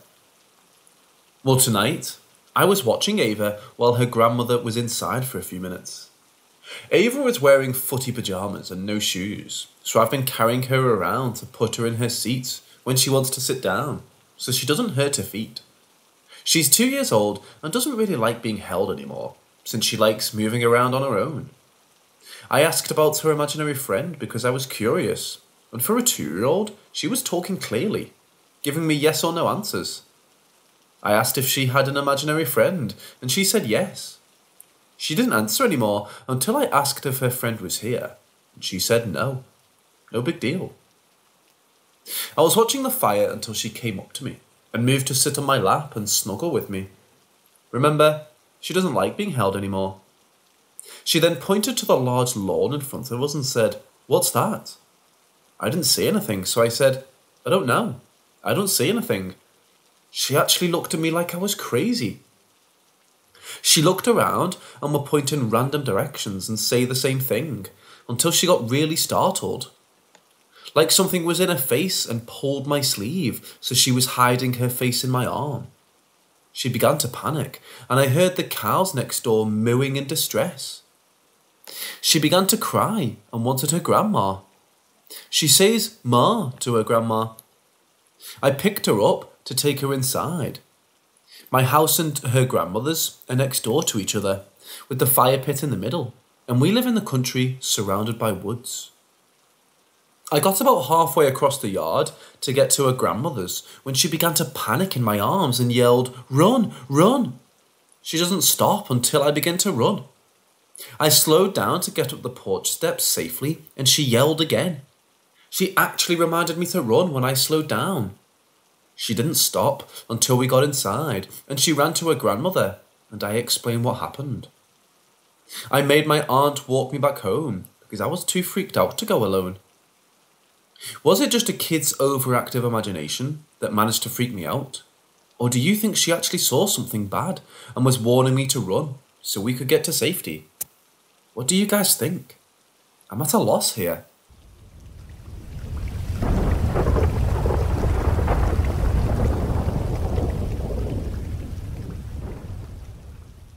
So my cat called Joe died from a heart attack around the age of 11. He was quite an aggressive cat in life and liked to play mind games with people just to be annoying. I.e., block the stairs and doorways knowing you were scared to walk over him because he might scratch you. Despite this, he was still a really lovely cat and would randomly jump on the bed during the night to cuddle and make sure you were alright. He was also a bit of a bully to our other cat, even though he was still protective over her. About a week after his death, I thought I was still grieving, or it was my imagination, when I started seeing Joe all around the house. It was never direct eye contact, always out the corner of my eye in a doorway or on the stairs. I then started experiencing other things. When he was alive, Joe and my other cat used to love opening up a cupboard in my room during the night. Don't know why, they just did. When they did try and open it, it was always really loud and woke me up, leading me to shut my bedroom door many times so they couldn't get in. Around the time I started to see Joe in the house, I would wake up in the morning to find my cupboard open, even though my bedroom door had stayed closed all night so my other cat hadn't gotten in. And remember when I said he used to come and sit on the bed during the night? There were many times when I would wake up and find a dip in the bed, almost like someone or something was sitting there. After these occurrences, I began to suspect that it wasn't just my imagination, and Joe was here to stay with us during his afterlife, but I wasn't yet truly convinced.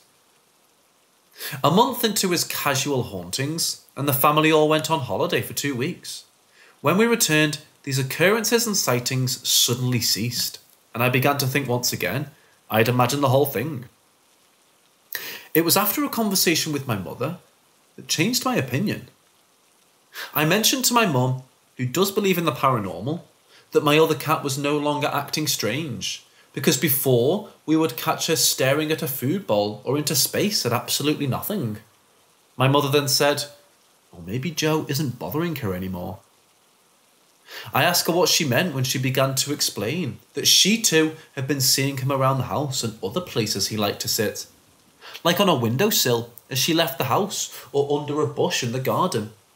I also mentioned my experiences, and so had my brother. But then I realised that when we'd gone on vacation for 2 weeks, leaving the house empty, Joe must have thought we had left the house and left him, giving him no reason to be there. I still feel bad to this day for leaving him, and hope he's found peace.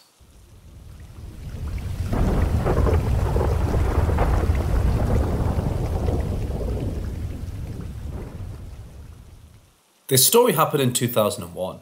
I was 14 years old at the time. I live in Madagascar, and I like to tell you that a lot of strange things happen in everyday life here. One day, the mother of my friend lost her expensive handbag, with valuables also in it. She really loved that handbag and she desperately wanted to find it. So, one person told her that somewhere, an old lady could find anything that you've lost. She had some kind of supernatural sense to find anything, especially when stolen. So my friend, his mum and I went to this lady. Her house was like 10 kilometers from my friend's house, and none of us had ever seen this old woman. My friend and I stayed in the car while his mum went inside the lady's house. When she came back, she told us that the lady gave her an exact description of where the bag was. She said, "You lost your bag at home. The day you lost it, there were 3 people in the house. A young kid, an older kid, and you. The younger kid stole the bag. Close to your house, there is a house where an old man lives. The young kids often stay in that house. There is a dog in this property. The bag is inside the dog's house." The old lady even gave a physical description of my friend and his young cousin, who was in their house the day the bag disappeared. The house she was talking about was the house of the kid's grandfather. We went directly to that house immediately after seeing the lady, and the bag was where she said it was. It was fucking insane.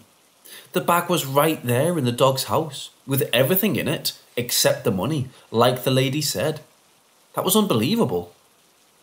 The old lady was living 10 kilometers away from that neighborhood.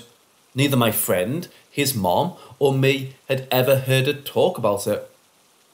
It was a very old lady who could barely walk, so it was impossible for her to know the face of my friend and his cousin, and even what happened that day.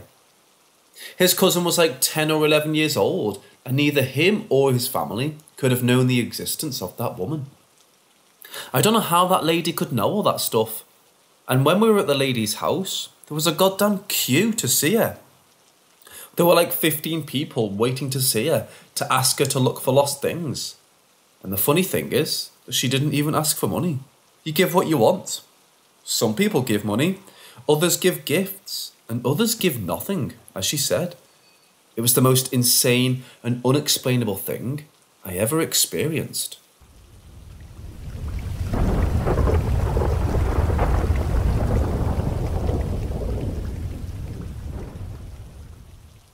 This happened in Daytona Beach, Florida, in 2012. It was a summer between my freshman and sophomore years in high school. A little background. My grandparents lived in Florida at the time, close-ish to Daytona, but not Daytona. We decided to take a vacation within a vacation and spend a weekend at a hotel in Daytona.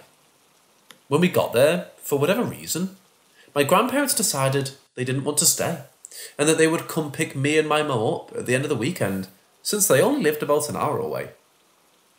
My mum and I asked them to drop us off at Joe's Crab Shack for dinner, and we were going to walk back to our hotel.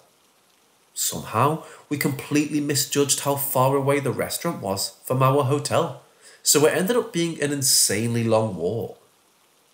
On the way back to the hotel, it got dark on us.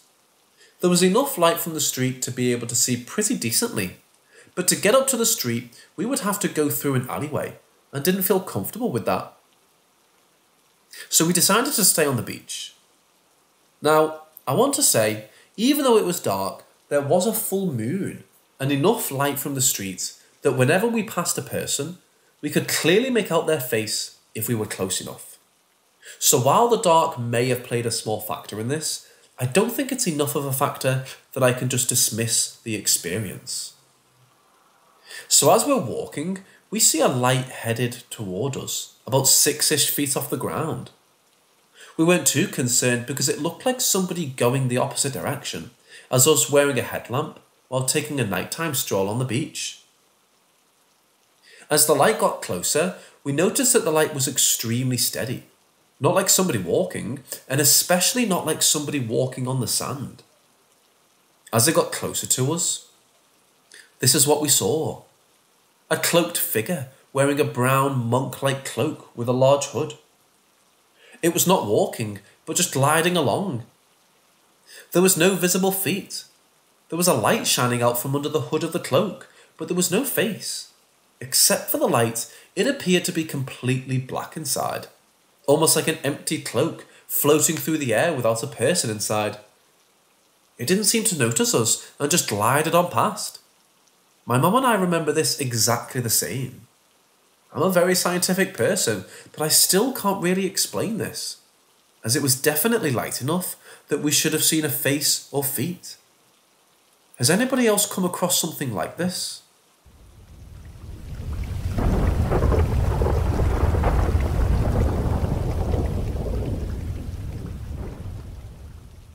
I remember when I was in holding after completing my basic training. I lived in a little barrack block with 3 other people. We shared a common room and bathroom, and there was this other room called Plant Room, which had like a hot water heater and like cleaning supplies. Also, there was a hole in the roof. We first started experiencing weird things about the door, like it would just be wide open after we would come back from the gym or work.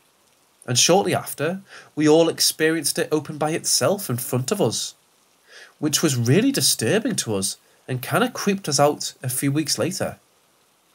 2 of the other guys had gone on leave to visit their families for the weekend, and it was a guy called Mossy and myself left for the weekend. On the Saturday night, I was in my room on my laptop listening to music. The new Travis Scott album just came out, and he sent me a message saying, "Did you hear that?" And I replied no. And he said the ghost door is slamming, and I said I can't hear it. Just ignore it, and hopefully it will stop. And to be honest, I was just kind of pretending not to be scared, because I really was. A few minutes go by, and I heard a loud slam, and instantly, Mossy messaged me and said, "Did you hear that?" I said, "Yeah. Is that the ghost door?" And after that, it was opening and slamming at this point. We're both so scared, and the time was about 6 o'clock. And this ghost door was slamming so loud, Mossy ran into my room, and we locked the door to my room. This door was slamming so loud, we thought it was going to break. Then the worst part was, we could hear running around the common room. It was so scary. This slamming and running went on until nearly 11 o'clock. I honestly thought this was the most horrific experience of my life. Then it all just stopped at like 11 o'clock. It was quiet, and we fell asleep. Come the Monday morning, all the boys came back and were so creeped out by what we told them. And then before lunch, we had room inspections. And it was a training base thousands of Australian soldiers had gone through. The corporal doing our inspection lived in the building when he was doing his training. And we told him, and he said, "I believe you guys. Weird stuff used to happen all the time." So we decided to look up the history of the barracks and found out it was an immigration site for people who had lost their homes in the 50s after World War II and had fled to Australia. So creepy.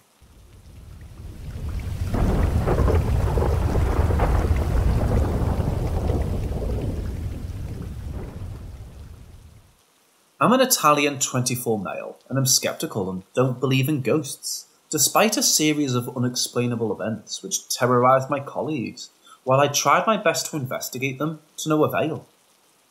This is a recount of the phenomena I encountered while working at this old abandoned medieval village-turned-hotel. It started with a Russian woman on holiday with her husband. As I was leading her to the room, she stopped in front of the door, asking me if something bad happened there because she felt a bad energy. I brushed it off, and when going back to the front desk, cracked a joke to my colleagues. They told me the old owner hanged himself in that room. The private church bell rang 3 times by itself. It's a small medieval church with nothing electric, and I held the key to the only door. My other female co-workers didn't want to go investigate, but I didn't want a guest breaking into the place or something, so I went to check. The door was still locked, as was the door to the bell. As I opened it, the rope was swinging as if it was pulled until that moment. Night shift co-worker never going to the kitchens to eat ever again, after he came running back upstairs where I was, not telling me what happened. As I was having a meal, multiple weird events over the following nights happened, including one table blanket slowly flapping around as if moved by wind, despite no windows or ACs and other tables being perfectly still. Chairs moving upstairs and making a lot of noise. When I confronted my supervisor about it, he said he never moved from what was the only chair in the back office. Me having an overwhelming feeling of something looking at me while eating. I start looking around the room just to find a door curtain immediately swing closed. I rushed to open it and found nothing outside. Odd thing is, it was atop a big flight of stairs, so nothing could possibly get away that quickly.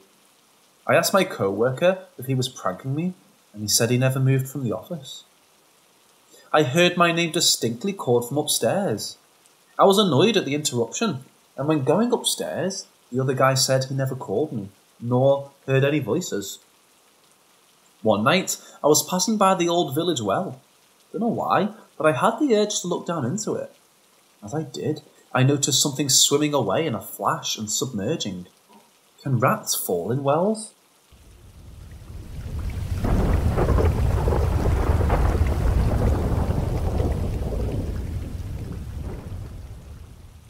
"10 years ago, my cousin and I were messing around with a paper Ouija board. I was in a weird skeptic house. I followed all kinds of people in the skeptic community, like Penn Jillette, Hitchens, and James Randi. I wanted to see what would happen if I arranged the experiment differently. I wanted to disprove Ouija boards, but got completely unexpected and unexplained but repeatable results. We set up a printed Ouija board with a paper cursor and asked it questions. Then see if it will respond with the paper cursor. To my complete surprise, it did. It's been buzzing in my head once in a while, completely shattering everything I thought I knew. I just can't get over it, and am desperately seeking answers, only to be told that someone else was blowing on it, or the AC was doing it, etc. I guess I'll try again here. This is just one of several sessions, including one I did alone. Some details. I did this in 4 different locations. The place where I was living, works. The hotel room, works. Aunt's house, who was always fascinated with this stuff, works. And the new apartment, which didn't work. I did this with different groups of people. Me alone, me with my cousin, me with uncle and cousin, and me with uncle, aunt, and cousin. It responded consistently after asking questions, but will become weaker as the session grows. We did ask it to flicker the candle, and it did flicker noticeably many times. Later, I asked math questions, and it did correctly blow to the letters. Also later on, I stupidly taunted it. It got angry, I guess, and kept blowing the cursor every time I placed it. We did these sessions across almost an entire year, including in January early evening when the AC was on. I did suspect maybe an amazing coincidence that the AC would be blowing it. I literally had to put the thing 2 feet next to the AC to make it blow. Temperature during the session, I can only feel this wave of coldness while waiting for an answer. This has been bugging me for years. I really want answers. What's really happening? Would appreciate someone pointing me in the right direction.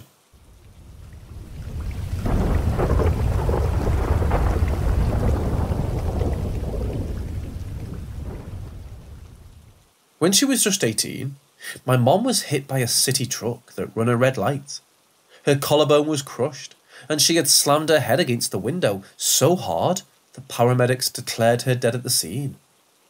Despite being revived in the ambulance, her parents were called and told that she had died, and the local news station also reported the incident as having killed her.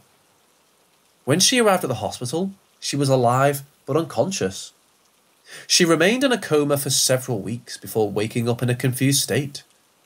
At the time, she could not remember what had happened to her in the moments leading up to the incident, nor could she recall anything from her coma.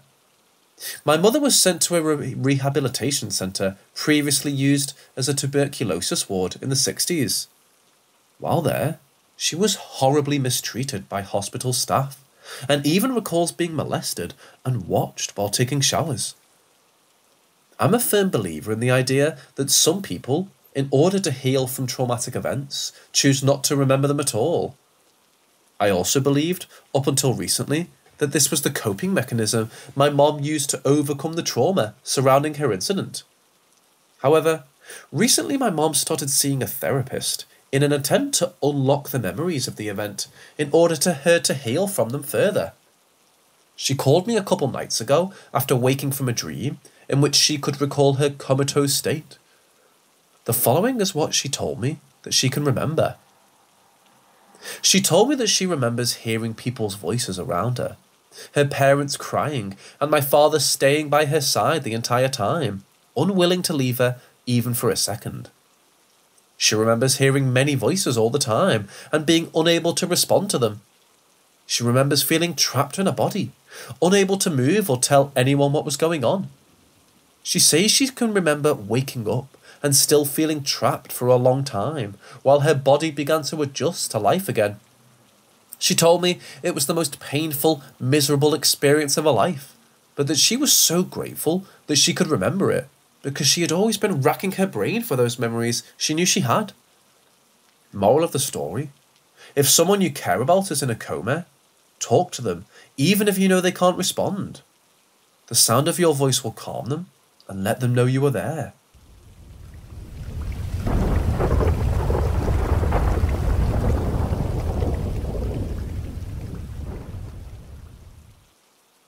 I grew up in a haunted house. My parents still lived there, and previous to that, my grandmother drank herself to death there. You don't have to believe me at all. I'm a librarian, and I researched the property. It was once an apartment, and it was the only location hit by a tornado once.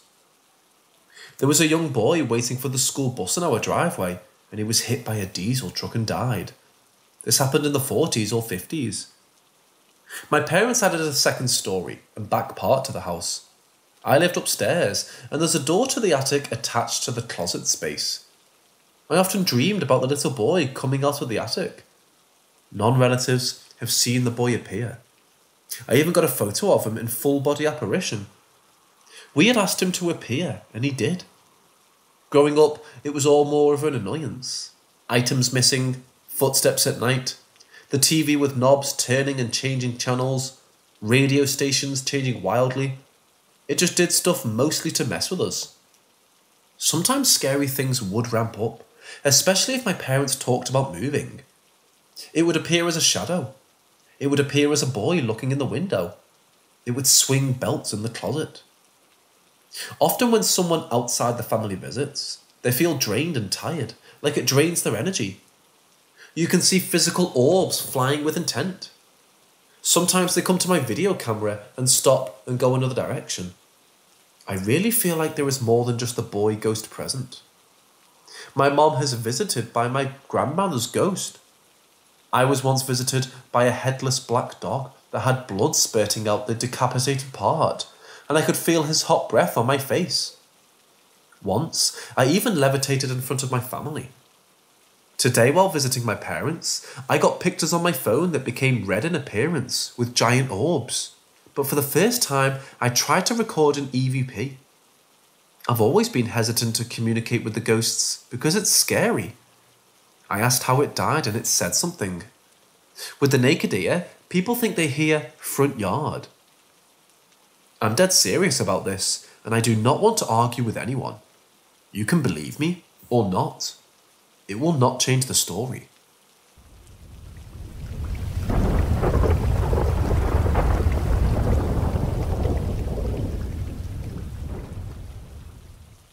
It started as the usual night that you always have. It always did.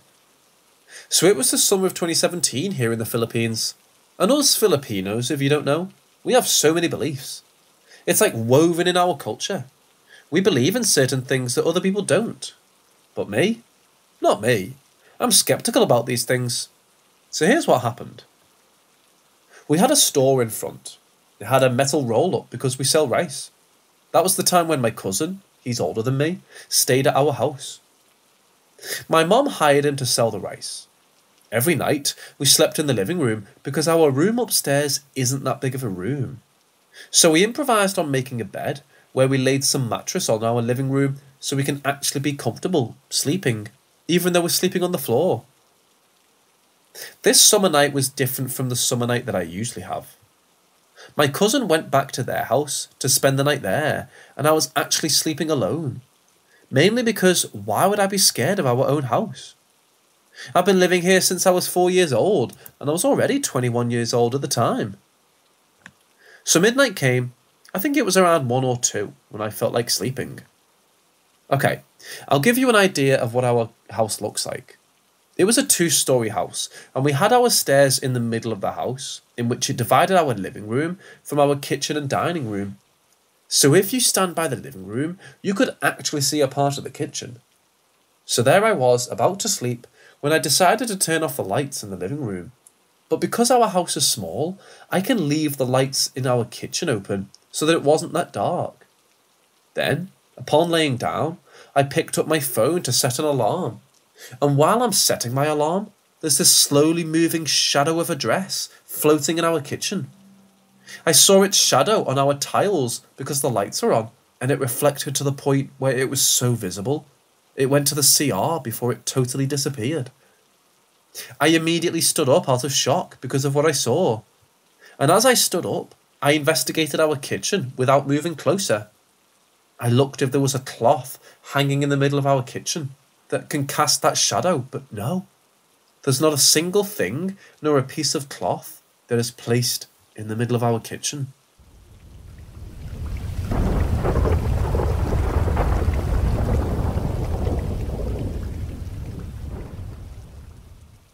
I've grown up with paranormal activity. Things falling off shelves, electronics turning on and off, whispers, animals freaking out over nothing, shadows. Some instances are freakier than others, but mostly harmless stuff. It got to the point where something would happen and my family would just shrug and say it was the family ghost. There were a few things that bothered me. I always closed my closet doors every single night before bed, but by morning, somehow they would always be open. This always freaked me out the most, and even into adulthood, I get really anxious if my closet is open. Whenever a pet that was very close to us died, the activity would pick up and become more aggressive. During those times, I felt unsafe and uncomfortable in my childhood home. I saw shadows more often, and the activity was more frequent. Instead of the TV just turning on, for example, it would turn on to full blast volume in the middle of the night, waking everyone up. When I finally moved out, I noticed that the activity stopped. It was so much easier to fall asleep. I felt that weight gone. But it didn't last. After about 6 months, activity started again. Small things I brushed off, but after a while felt heavy, like something was watching, and every single night something would occur. My family mentioned not really noticing anything weird happening in their home anymore. They felt like something was missing. It was such a huge part of everyday life. It's been about 10 years since then. I'll move to a new place. It's quiet for a couple months, and then pictures are flying off walls. Whispers start, shadows are seen. My partner has only been with me for 2 years now, and is a super denier of all things paranormal. But we both heard something whispering his name one night. Does anyone have any idea what could be happening, or potentially following me from place to place? I always thought that entities could attach themselves to places, people or things, but find it weird when I move and it disappears for a month or 6, and then activity slowly picks up again and escalates the longer I stay in one place. I've never felt unsafe other than when a pet member close to me in the household has passed away for a brief moment of time.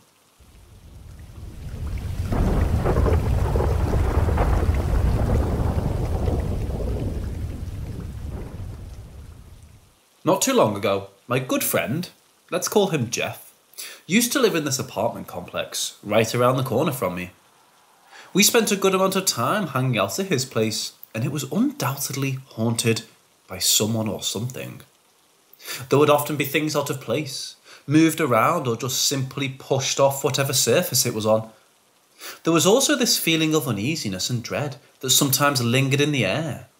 And all of that combined really made me want to get a Ouija board and talk to whatever spirit was there. Around this same time, my great-grandmother was moving out of her house she had lived in for 20-something years, so we helped her clear out the place. Coincidentally enough, I came across a board and casually took it with me. It was dusty and old and obviously hadn't been played with in quite some time. So, I brought the board to Jeff's house and we played with it. The first session, we had come into contact with a couple spirits and it was pretty intriguing, but we called it a night, ended the session and headed to bed. The next night, when we got out of work, we went back to his place again and started another session.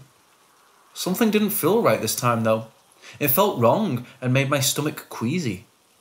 We asked if anyone was present, and it took about 20 minutes for a response. It moved to yes quickly, which I found odd, because usually benevolent spirits are slower. But this planchette almost came out from under our fingers. Then we asked for a name, which sent chills to the inner core of my body. It repeatedly went from Z to U, over and over again. Zuzu. Holy shit. I started freaking out and we demanded to say goodbye, but it wouldn't let us, making me panic even more than I already was. Then it started spinning in the figure of an infinity symbol before it spelled out, run. Then it flew to goodbye and the board flipped itself over. It was exactly 3 a.m. when all that happened. Later that week, Jeff called a priest to his house and it was blessed. He said it had an extremely dark feeling to the house or something of the sort. Shortly after that, we put the board away and haven't really played with it much.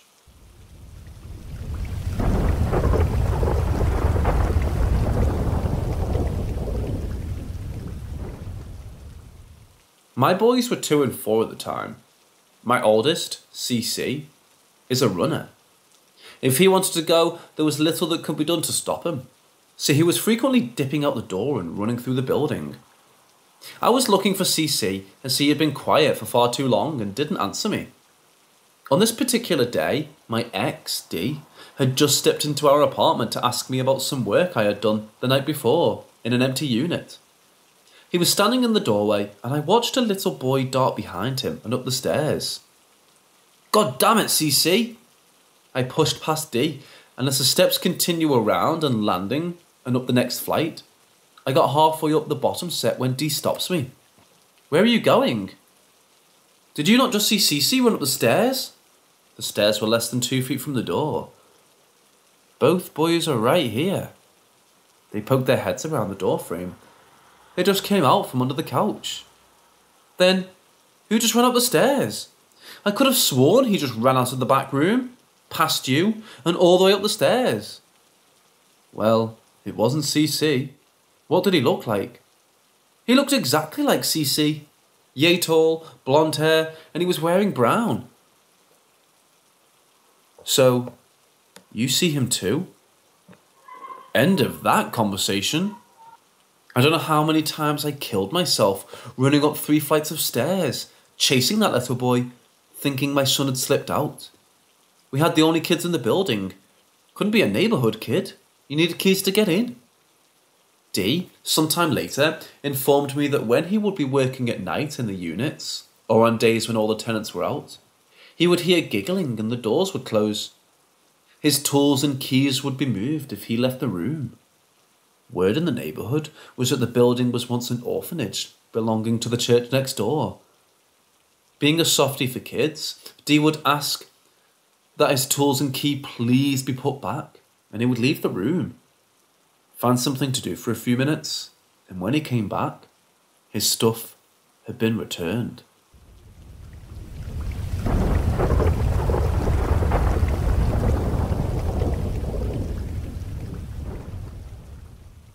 I've always believed in spirits and energy. As a child, and even in my early teens, I had many strange paranormal experiences that I kept to myself for fear that no one would believe me. One of these experiences happened shortly after my grandmother passed away when I was 7 years old. My grandmother had been sick my whole life, and I always had a sense that she wouldn't be around for long. On the night of her death, I was staying at a friend's house and had a horrible dream that she had passed. When I woke up, I distinctly remember feeling that something was not right. As soon as I got home, my parents told me that she had died, and I remember as a child having to process the fact that I knew she was gone before anyone else did. I felt there must be something wrong with me, because these sorts of things didn't happen. The whole situation bothered me for weeks, and I remember lying in bed one night, unable to sleep, despite being exhausted. Being a child, all I knew was to pray. I closed my eyes and asked God to let me go to sleep and to stop thinking about my grandmother, because I knew she was gone and there was nothing I could do. I immediately felt at peace, until I realised someone was standing over my bed, watching me. I opened my eyes and saw what I can only describe as an angel. The person was neither masculine nor feminine, just a person with a gentle face and expression. The person didn't speak to me, but wanted me to know they were there to keep me safe. I suppose God could have sent down an angel to watch over me and help me sleep. I've also been told that loved ones who have passed away can send down angels to comfort those they left behind. Either way, I know what I saw and how it made me feel. Since then, I've never encountered the angel person again. I have, however, seen mediums who have told me that my grandmother watches over me and takes responsibility for me on the other side. Little things happen here and there that make me think this is true. There are times when I feel as though I'm not alone, even in an empty room. I think of her often, and it's a comfort to me to believe she is out there.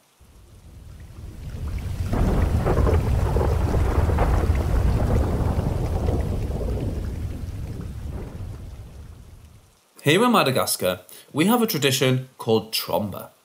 It is a possession provoked. It's not a possession by demons or the devil. The person is possessed by another person who died previously. People here often practice this ritual to ask questions to their ancestors or a person who died recently. One day in 2012, I was invited to one of these tromba. My mum spent her childhood in the west coast of Madagascar, where people practice tromba very often. She witnessed a lot of them in her early life. So one day, when we were on holiday in the west coast, she asked us if we could like to see a tromba. At first I was afraid, but finally my brother and 2 cousins followed my mum to watch one. The ritual is simple. The sorcerer chooses one person to be the host, and then he summons the spirit to enter this host, and the conversation can begin. This time, the tromba happened in a remote village. There wasn't even electricity in the small town. The chosen host was an old lady, a very old one, maybe in her 70s.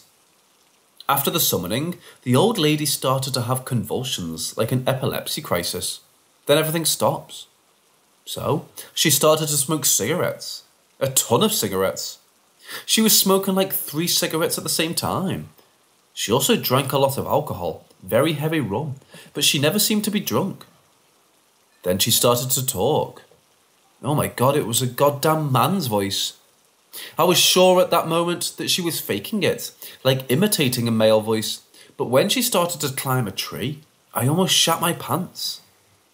When she began the ritual, she could barely walk, but now she was in a mango tree at maybe 3 meters from the ground at least, after drinking something like half a litre of heavy old rum.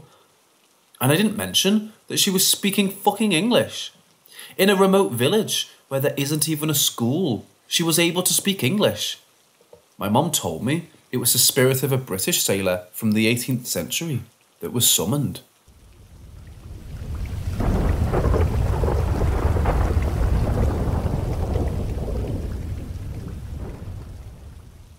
So when I was little, like 6, my family got a puppy we named Frank.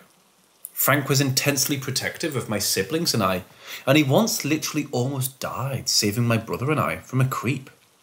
So Frank was a very good boy. As I got older, I struggled with night terrors, PTSD, and severe anxiety. Frank was there for me through everything. He learned how to sense panic attacks and anxiety attacks, and he would stand by me and comfort me when I needed it. Frank slept in my room, and when I had bad nightmares, he would either lay back to back with me until I calmed down, or he would find a gentle way to wake me up.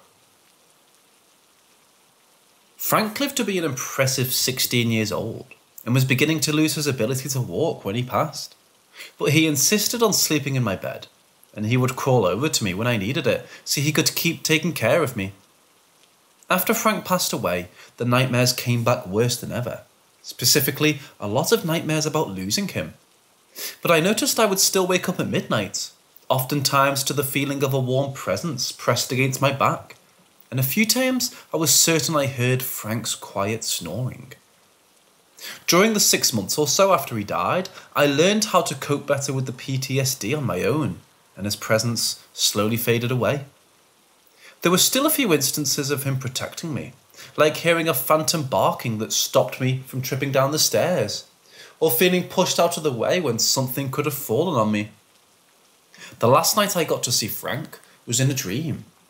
I was running from something when it cornered me. I remember being terrified, frozen in place, when suddenly Frank came out of nowhere, barking and running at the threat. He scared it off, then sat with me as I calmed down. I realised it was a dream and knew Frank had come back to be my protector one last time. I haven't seen Frank since, but I know for a fact he's up in doggy heaven, bossing angels around and watching out for me.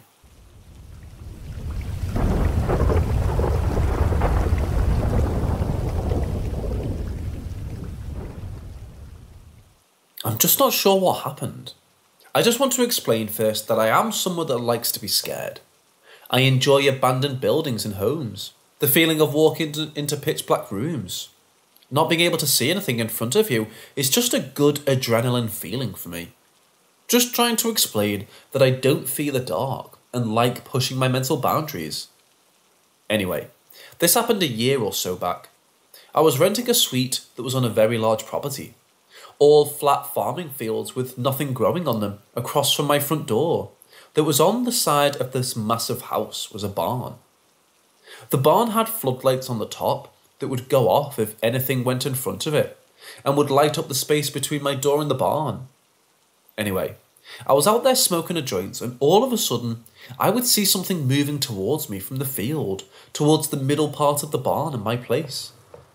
I couldn't see anything except the movement of it until it came into the moonlight, and I'm unsure how to exactly explain it, but this is my best attempt.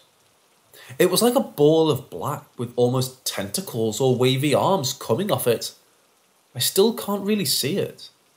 It's almost like it was darker than the actual darkness, but that made it somewhat more visible against the barn behind it. I remember kind of getting down on one knee, kind of like a hunter stance to try and see better, in a kind of shock at what I was seeing. All of a sudden, back a bit further from the field, a very small in size but super bright light shined in my face. Wasn't like blinding at all, was legit, more like a small little mag-light flashlight. As soon as it hit me, I just tossed my joint and hopped in my door, locking it behind me. I went to my room facing that direction, grabbed my gun, and looked out my window. All in all, it was a super weird experience because those balls of black masses were messed up by themselves. But then it was like a human shined a light in my face.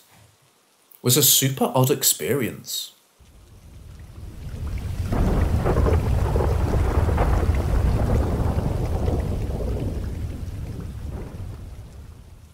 Around January of 2016, my dad moved into a new home following his divorce with my mom. As we were unpacking boxes, he was singing and noticed someone singing back to him, near the back of the house, where the bedrooms are. When he looked around to see if anyone was in the house, it was empty, of course. Small sounds and occurrences like this continued to happen for a few months. One night, my dad and I were both in our rooms sleeping, when I heard a cluster of voices coming from the hallway. My dad always kept his bedroom door open at night because we have a dog, and he usually also kept the TV on, so I figured it was dialogue from a TV program. The next morning, my dad asked me if I heard voices in the night. He explained that he could hear them and they were clearly speaking English, but he couldn't make out exactly what they were saying. I had heard the same thing. Around Christmas of the same year, my dad had set up a small tree with presents underneath it. We had gone to bed and in the morning, all the presents were moved from under the tree and into the living room at the front of the house. Our groceries were constantly being tampered with. We could hear them rustling through the bags and looking at what we had bought. Small things of mine like hair clips and accessories were constantly being misplaced and replaced in their original spot. After a few months of this, my dad found an article from 2013 regarding a gang-related double homicide at his exact address. A man had come to the house and shot 2 men in the front room while their children were in the home. After the man was apprehended, he was murdered in jail. Ever since then, the noises that we hear don't bother us as much anymore. It's still a little creepy, especially since no one disclosed the homicide when my dad initially bought the house. I've asked one of our neighbours about it, but she didn't like talking about it, and she told me that I shouldn't look into it further. I remember her distinctly telling me not to dig around, because it can upset the spirits in the house.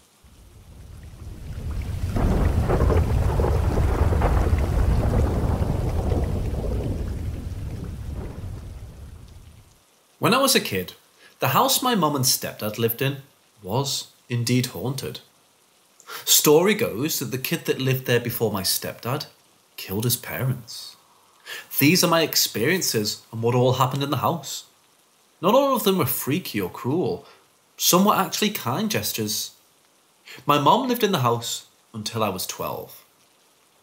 So, right outside my mom's room, there were 3 rusty red finger streaks, the same colour as dried blood down the wall. Then a couple more on the wall down the hall. They would paint over it, and it would come back. Paint over, come back. We would wake up to cabinet doors slamming. One night, my mum woke up to them slamming. She walked out to the kitchen thinking someone may be robbing them. She saw a shadow on the wall. She flipped on the light, and nobody was there. One early morning. After my stepdad had left for work, someone sat down on my mum's bed and covered her up with a blanket. I got locked in the bathroom. I would make my mom wait outside the bathroom when I was in there. Someone grabbed my cousin's ankles one night. My mom had touch lamps and they would flicker and turn on and off.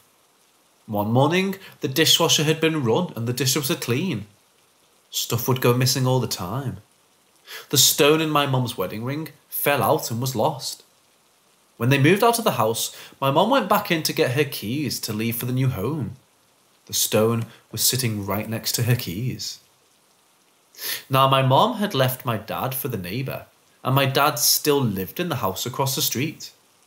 But he would watch the house when my stepdad and mom went out of town. He would see the lights turn on and off at night sometimes. I was pretty young when all this happened, but I remember them pretty vividly. To this day, I don't watch haunting movies. They fuck me up pretty bad. I watched The Conjuring and couldn't sleep for a week.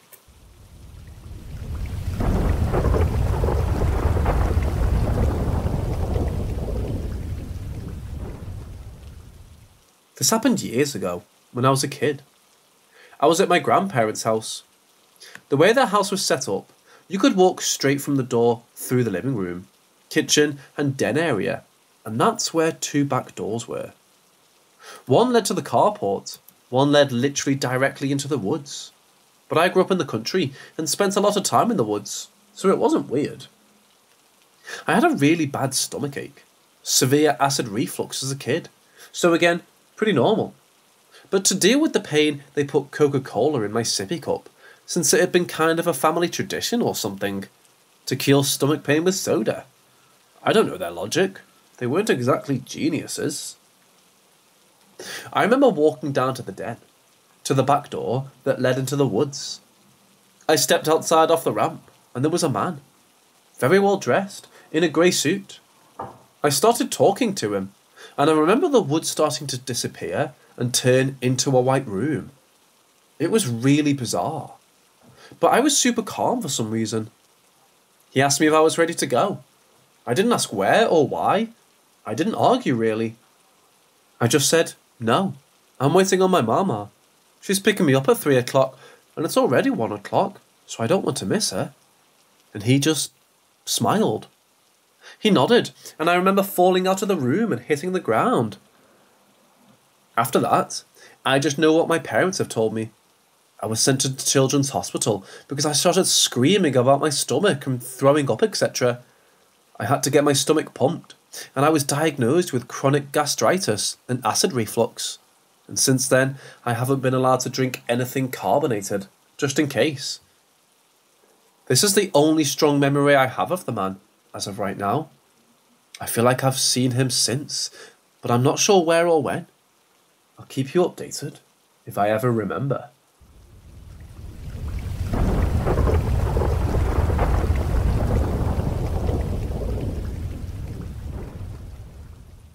I live in Madagascar, that island on the east of Africa. A lot of people here still believe in magic, sorcery and all that stuff, despite being a big Christian country. My dad died in 2002, and he lived and experienced a lot of things in his life. He was a Christian and didn't believe in witchcraft and magic stuff, although he experienced a very strange thing back in the 80s. My mom and an aunt did confirm this story. In 1985, before I was even born, my dad caught pneumonia and was rushed to the hospital. My mom and an auntie were there to look for him, buying medics, etc. My uncle knew things about black magic and traditional Malagasy witchcraft. When he once visited my dad on the 4th or 5th day in the hospital, he told him something. He gave him a piece of ginger and asked him to keep it in his hand for the next 2 days. My dad asked why, and my uncle told him that in the next 2 days, an evil person who wanted to hurt him, or even worse, will come to visit him in his hospital room. Holding that piece of ginger will keep the evil person away.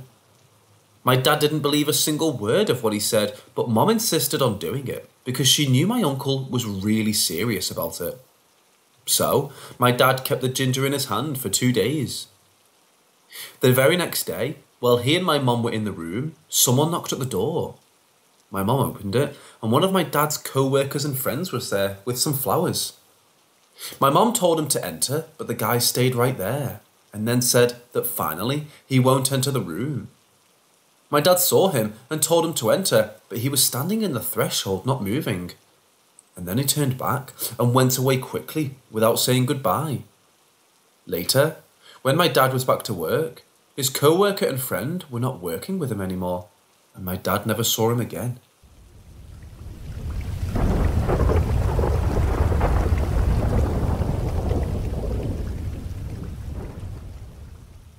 In 2009, I studied in a Catholic school known to be so old that it has its own urban legends and ghost stories.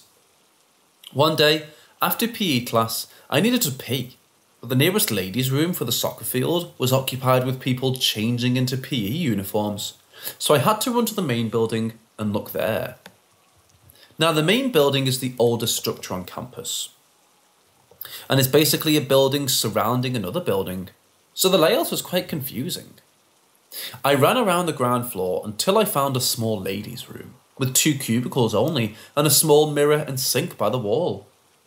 This was the smallest public ladies' room I'd ever been in, but not the time for me to be choosy, as I really needed to pee. Once I'm done, I went out of the cubicle and was surprised to see 2 nuns standing by the mirror. Not really a big deal for me, as I was in a Catholic school, and there are priests and nuns everywhere. But it was just quiet, so I didn't think there'd be anyone else around. Now these 2 nuns also looked quite surprised to see me, so I just excused myself and squeezed myself between them to wash my hands. I then bowed to them and left, as I'm not comfortable in this small room, and their silence is not helping either. As I was browsing urban legends, I remembered an urban legend in that school. The first one is about a ladies' room in the main building, where people inside cubicles used to see rotting feet hanging from the ceiling, as if someone hanged themselves there. The second is about a ghost nun who would show itself in the ladies' room, and if you see this nun and you start to pray, this nun will imitate you and say the prayer word for word in your face too. So now looking back, I was actually wondering why the nuns were surprised to see me, and how the hell I did not hear them go inside or even move inside that small room. I'm just thankful that they looked human and might really be human, and that I might just be scaring myself now. Tonight, August 4th, 2019, at around 10:15 p.m, my aunt and I were on the porch when my aunt saw something in the sky. It was like an outline of a circle, and part of it was gone. We noted that this was not where the moon usually is, as it's usually behind our house, so eclipse and moon are ruled out. The thing was bright yellow and had an orange or red tint to it. It almost looked like a fireball.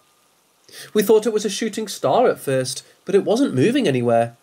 It started like flattening out and then started to shrink into a smaller form and kind of looked like a star. Then all of a sudden, it disappeared. A few minutes later, it suddenly reappeared and got bigger and bigger. It looked as if the moon would have been over the sun and coming off of it. The light around it kind of spread out again, then suddenly it started getting smaller again, but then it split into 2 and completely disappeared again. We waited to see if it would come back, but it didn't for a 3rd time. I started doing some searching, and I found nothing for solar or lunar eclipses. No meteor showers, no comets, nothing of that sort for tonight. After doing some more searching, 2 other people saw almost the same thing 3 days ago, around the same time. My aunt stepped back outside and called me over fast. There was what looked like a pretty low plane flying with 2 large wings, and one side was bright red, and the other bright green. This plane was coming from the same area we saw this mystery light thing, and when the plane got behind our house, I ran to look at it, and couldn't see it at all. My aunt and I have been trying to come up with logical explanations, but nothing makes sense at all. And I don't want to claim aliens without some other people's opinions.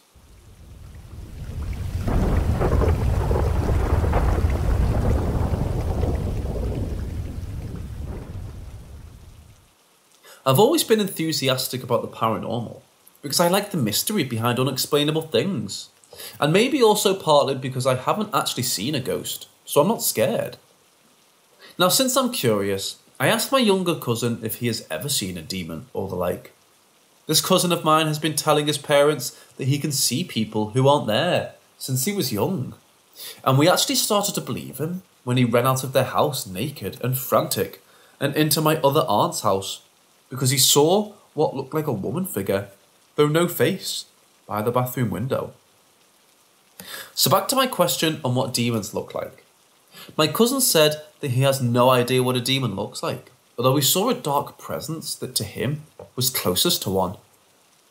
He was about 12 at the time, playing hide and seek in their school grounds just before sunset, and he was hiding behind a tree when he saw this dark presence. To him, it was the darkest void he ever saw. If anything could be blacker than black, he said that was it. He said it had no face, no discernible shape or body part, that it was just a mass of blackness. It wasn't moving, but when my cousin saw it, he froze from fear and actually admitted that he wanted to cry on the spot. He said it gave off a very bad feeling, and he felt as if his life was in danger, but he couldn't move to run. He only came back to his senses when a playmate tapped him, and he ran home as fast as he could. Since that day, he's never played by the school grounds after class ever again, as their school is also known for all sorts of paranormal activities. Even my aunts, who were teachers, affirmed this.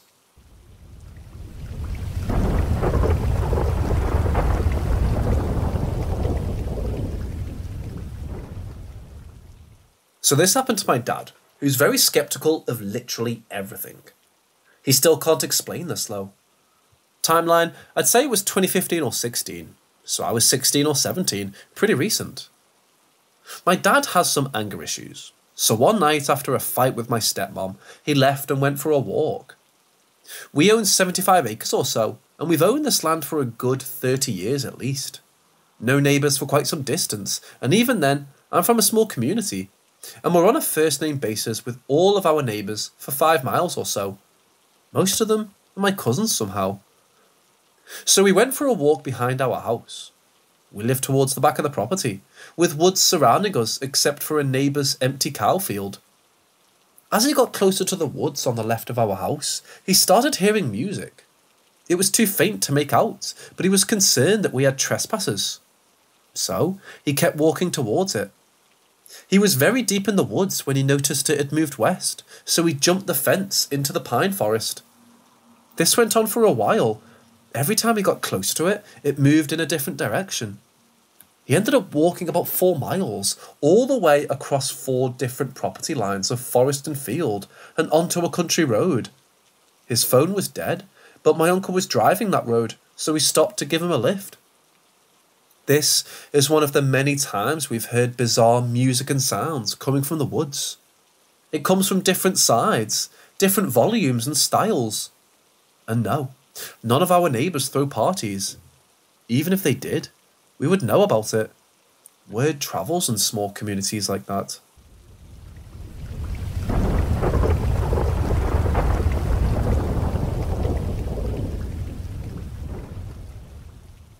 So just to give you guys an idea on what my setup looks like, it started when I was playing CSGO on my PC downstairs. I don't have my own room. My 2 younger brothers and parents sleep in the same room. We just have a separate bed, and my PC is actually under the stairs. And my PC is just a few steps away from our CR, comfort room. It was around 4 AM when I finished playing CSGO, when I started to feel like pissing. I never actually played CSGO that long because I don't like my parents seeing me play and thinking that I did not sleep. So I decided that it was late and I should go to sleep before my parents wake up. I went to our CR, and as I began pissing, I suddenly felt someone was behind me. It didn't immediately send chills down my spine, nor I had goosebumps. I just thought that maybe it was just my imagination, being a skeptical person. But here's the crazy part. This thing, it just made a heavy sigh on my nape. It was like, ah. You can actually feel the air, and the sound it makes made it more terrifying. But to be honest, I wanted to look around, but just thought that I shouldn't. And being a skeptical person, I thought, maybe it was my pee making that sound as it hit the ceramic. So I decided to get a glass of water to pour it down the toilet, but then it didn't make the same sound. And that's when I started to freak out. The chills that I had were so intense that I can actually feel myself getting tired all of a sudden. After realising what happened, I ran upstairs and just slept it off, thinking that maybe I was just imagining things.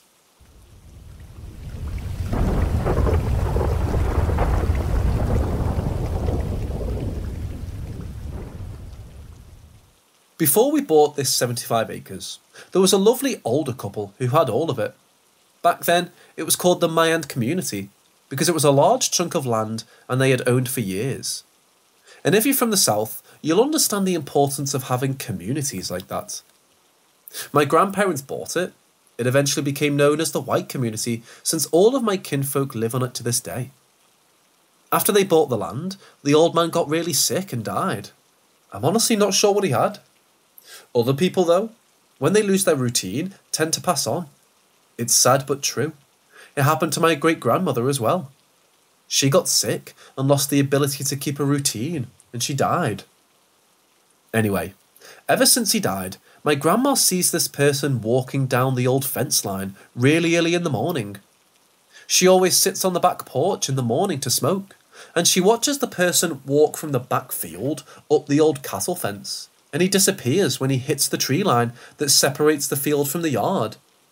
She's taken to liking him, and she believes it's Mr. Mayand, making sure the fences are still good. Because once you get in a routine, it's not easy to stop.